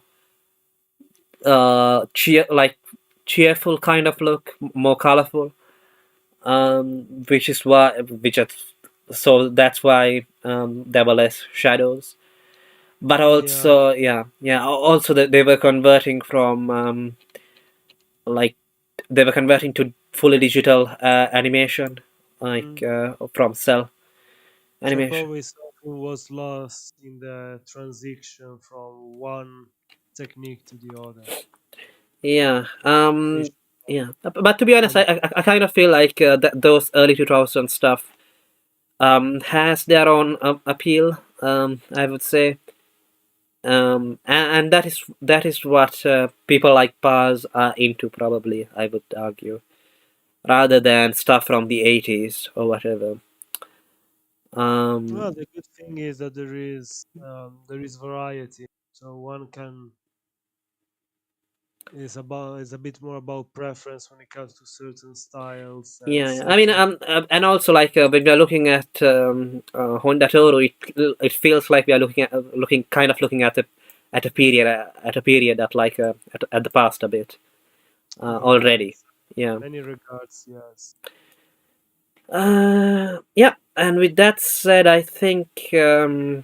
Uh, Wait, maybe there was a quote from. Yeah, but you said as much.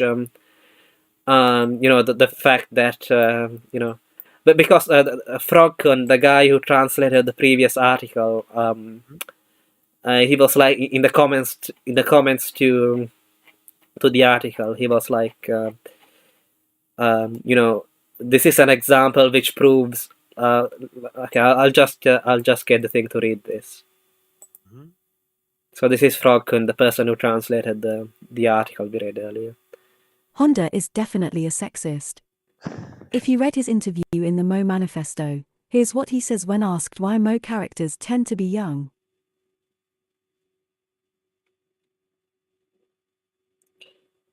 Come on. Because that makes them vulnerable, which inspires us to protect and nurture them. The character needs support, love, or care, even if she is strong and independent. If she is not at all vulnerable, then she can live on her own. It would be hard to approach such a perfect being. Being vulnerable means that you need others, and these characters can't survive without support.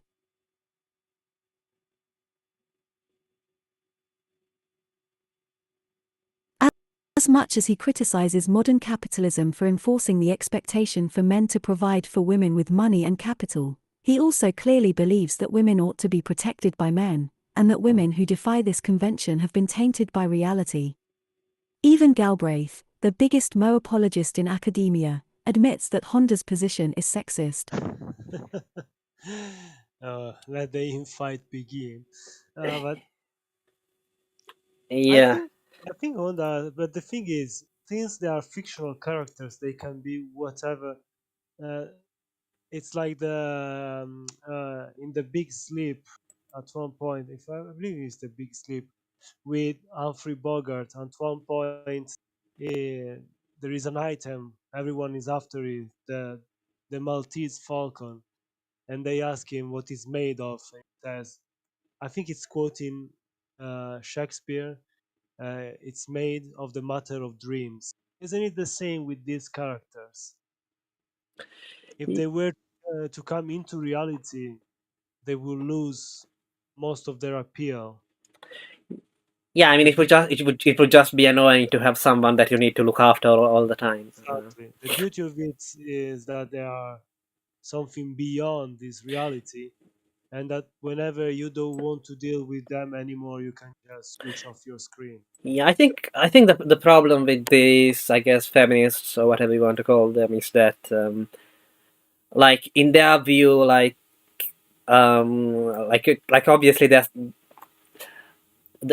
they're more concerned about how it might affect reality, I guess. Um, Well, which is to a degree is similar to the concern of many conservative and reactionary folks. We see that there is a danger in unrestrained fantasies. yeah. So But for yeah. us, the reason is different. For Hmm. us, it's because we know that fantasies have their place, and they needn't go any further than that place. I mean, like I think that they would say the same though. It's just that they disagree about what the place is, I Yeah, guess. Um, sure. Where we draw the lines is the biggest issue. yeah. So I guess otaku have crossed the lines on both sides, I guess. Yeah. But don't Uh, get me wrong. I do believe there is worth in creating and enjoying art and these kind of things. The problem is when it becomes an obsession, pretty much, and some people become obsessed. yeah. And I guess what Honda is saying is that well, it's okay to be obsessed. Yeah. um, with that said, I think we've discussed. Um, I think that there was. I don't know if you had any time, but like there's a mega link on Paz site, which leads to a bunch of articles.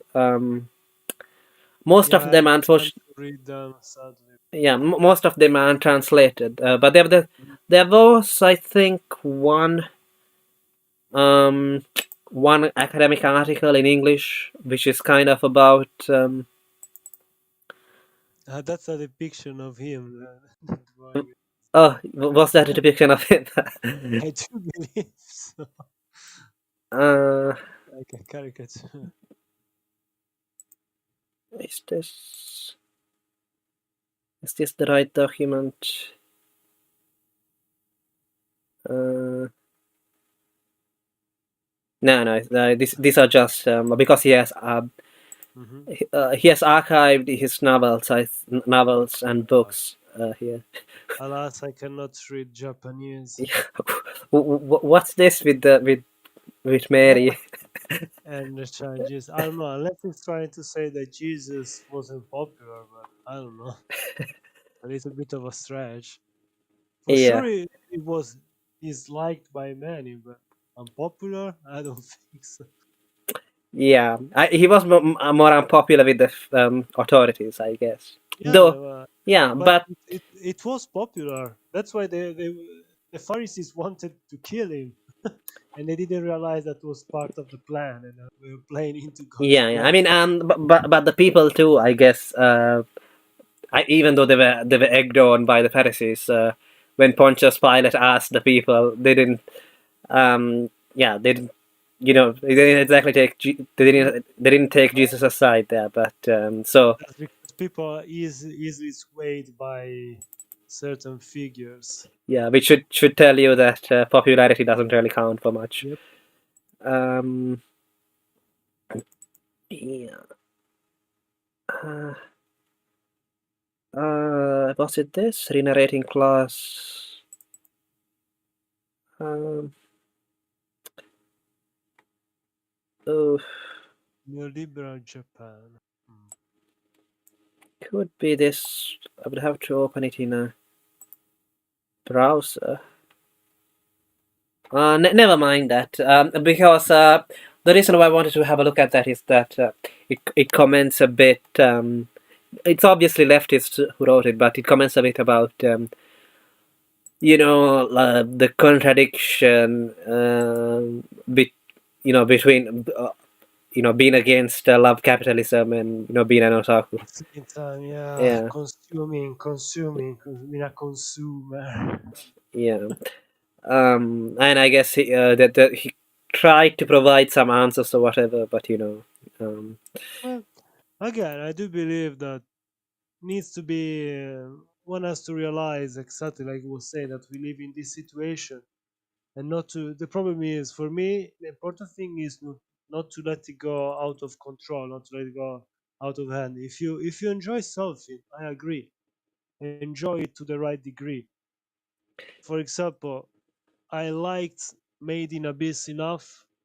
I bought the manga, a few of the chapters, and I even got a T-shirt with Nanachi on it. So I'm not ashamed. I didn't realize you liked it that much. Um, It is good. It is really good. Only again, you didn't realize it because I don't go around talking about it too much. whereas Honda, on the other hand, yeah, Yeah, it seems to be that's the I think that's the big difference from me. I enjoy quite a few things, and I got a few uh, knickknacks. I got a few gadgets here and there, but it's not like I revolve around them. I try to be in control of them, if anything, because I know that if it gets out of control, I will spend a lot of money. I got B stars. I've got almost all the chapters that have been published until now. I bought them and I greatly enjoyed them. But I'm not the kind of person who will go around saying to everyone, "Did you watch this? Did you read the manga?" If it comes up, like if we're talking about comic books and other things, yes, I would suggest it, but I don't make it like yeah. I think that or the problem is that it becomes harder for people who are just into it to relate to people who are outside the hobby, I guess. yeah, of course. It's always like this. Whenever you're part of a group, if you get so involved, at one point you want others to share your same passion, isn't it? Which can be a good thing. I'm not saying one can create new bonds with people by sharing what they like, but one has to also balance it. Yeah, I guess though what people like Paz would say is that yeah, that's fine and well, but it's also okay if you want to spend time by yourself and you're okay with that. It's also okay to just be alone, I guess. Yeah, that's also true. There is nothing wrong with enjoying something in the privacy of your room. Um, Again, the problem for me is when it gets to a ideological point where it needs to be something that even if it destroys your life, you keep doing it. Yeah. Especially Um. if it's just an hobby. If Yeah. it's something like at least if it was something like a political ideology, maybe we can disagree, but I would understand why. It's something you believe can change the world or that can influence others to change their lives. So I guess the reason why Honda doesn't go to like politics, I guess, is that he doesn't really want to change no, the world. Yeah. exactly. Or if he wants to change it, he wants to change it not in that way. Again, that's why it reminds me a little bit more of he talks about Nietzsche, but it reminds me a little bit of Diogenes compared to with this idea, I'm doing what I'm doing, just let me be. And Yeah. if Yeah. Yeah. you don't understand me, just go away because you are misunderstanding me. Yeah. Which is fair enough. Don't block my son. Yeah. Like I mean, yeah. I mean, Diogenes, from what I've heard, he didn't really. Yeah. He was kind of a neat, I guess. Um. Right.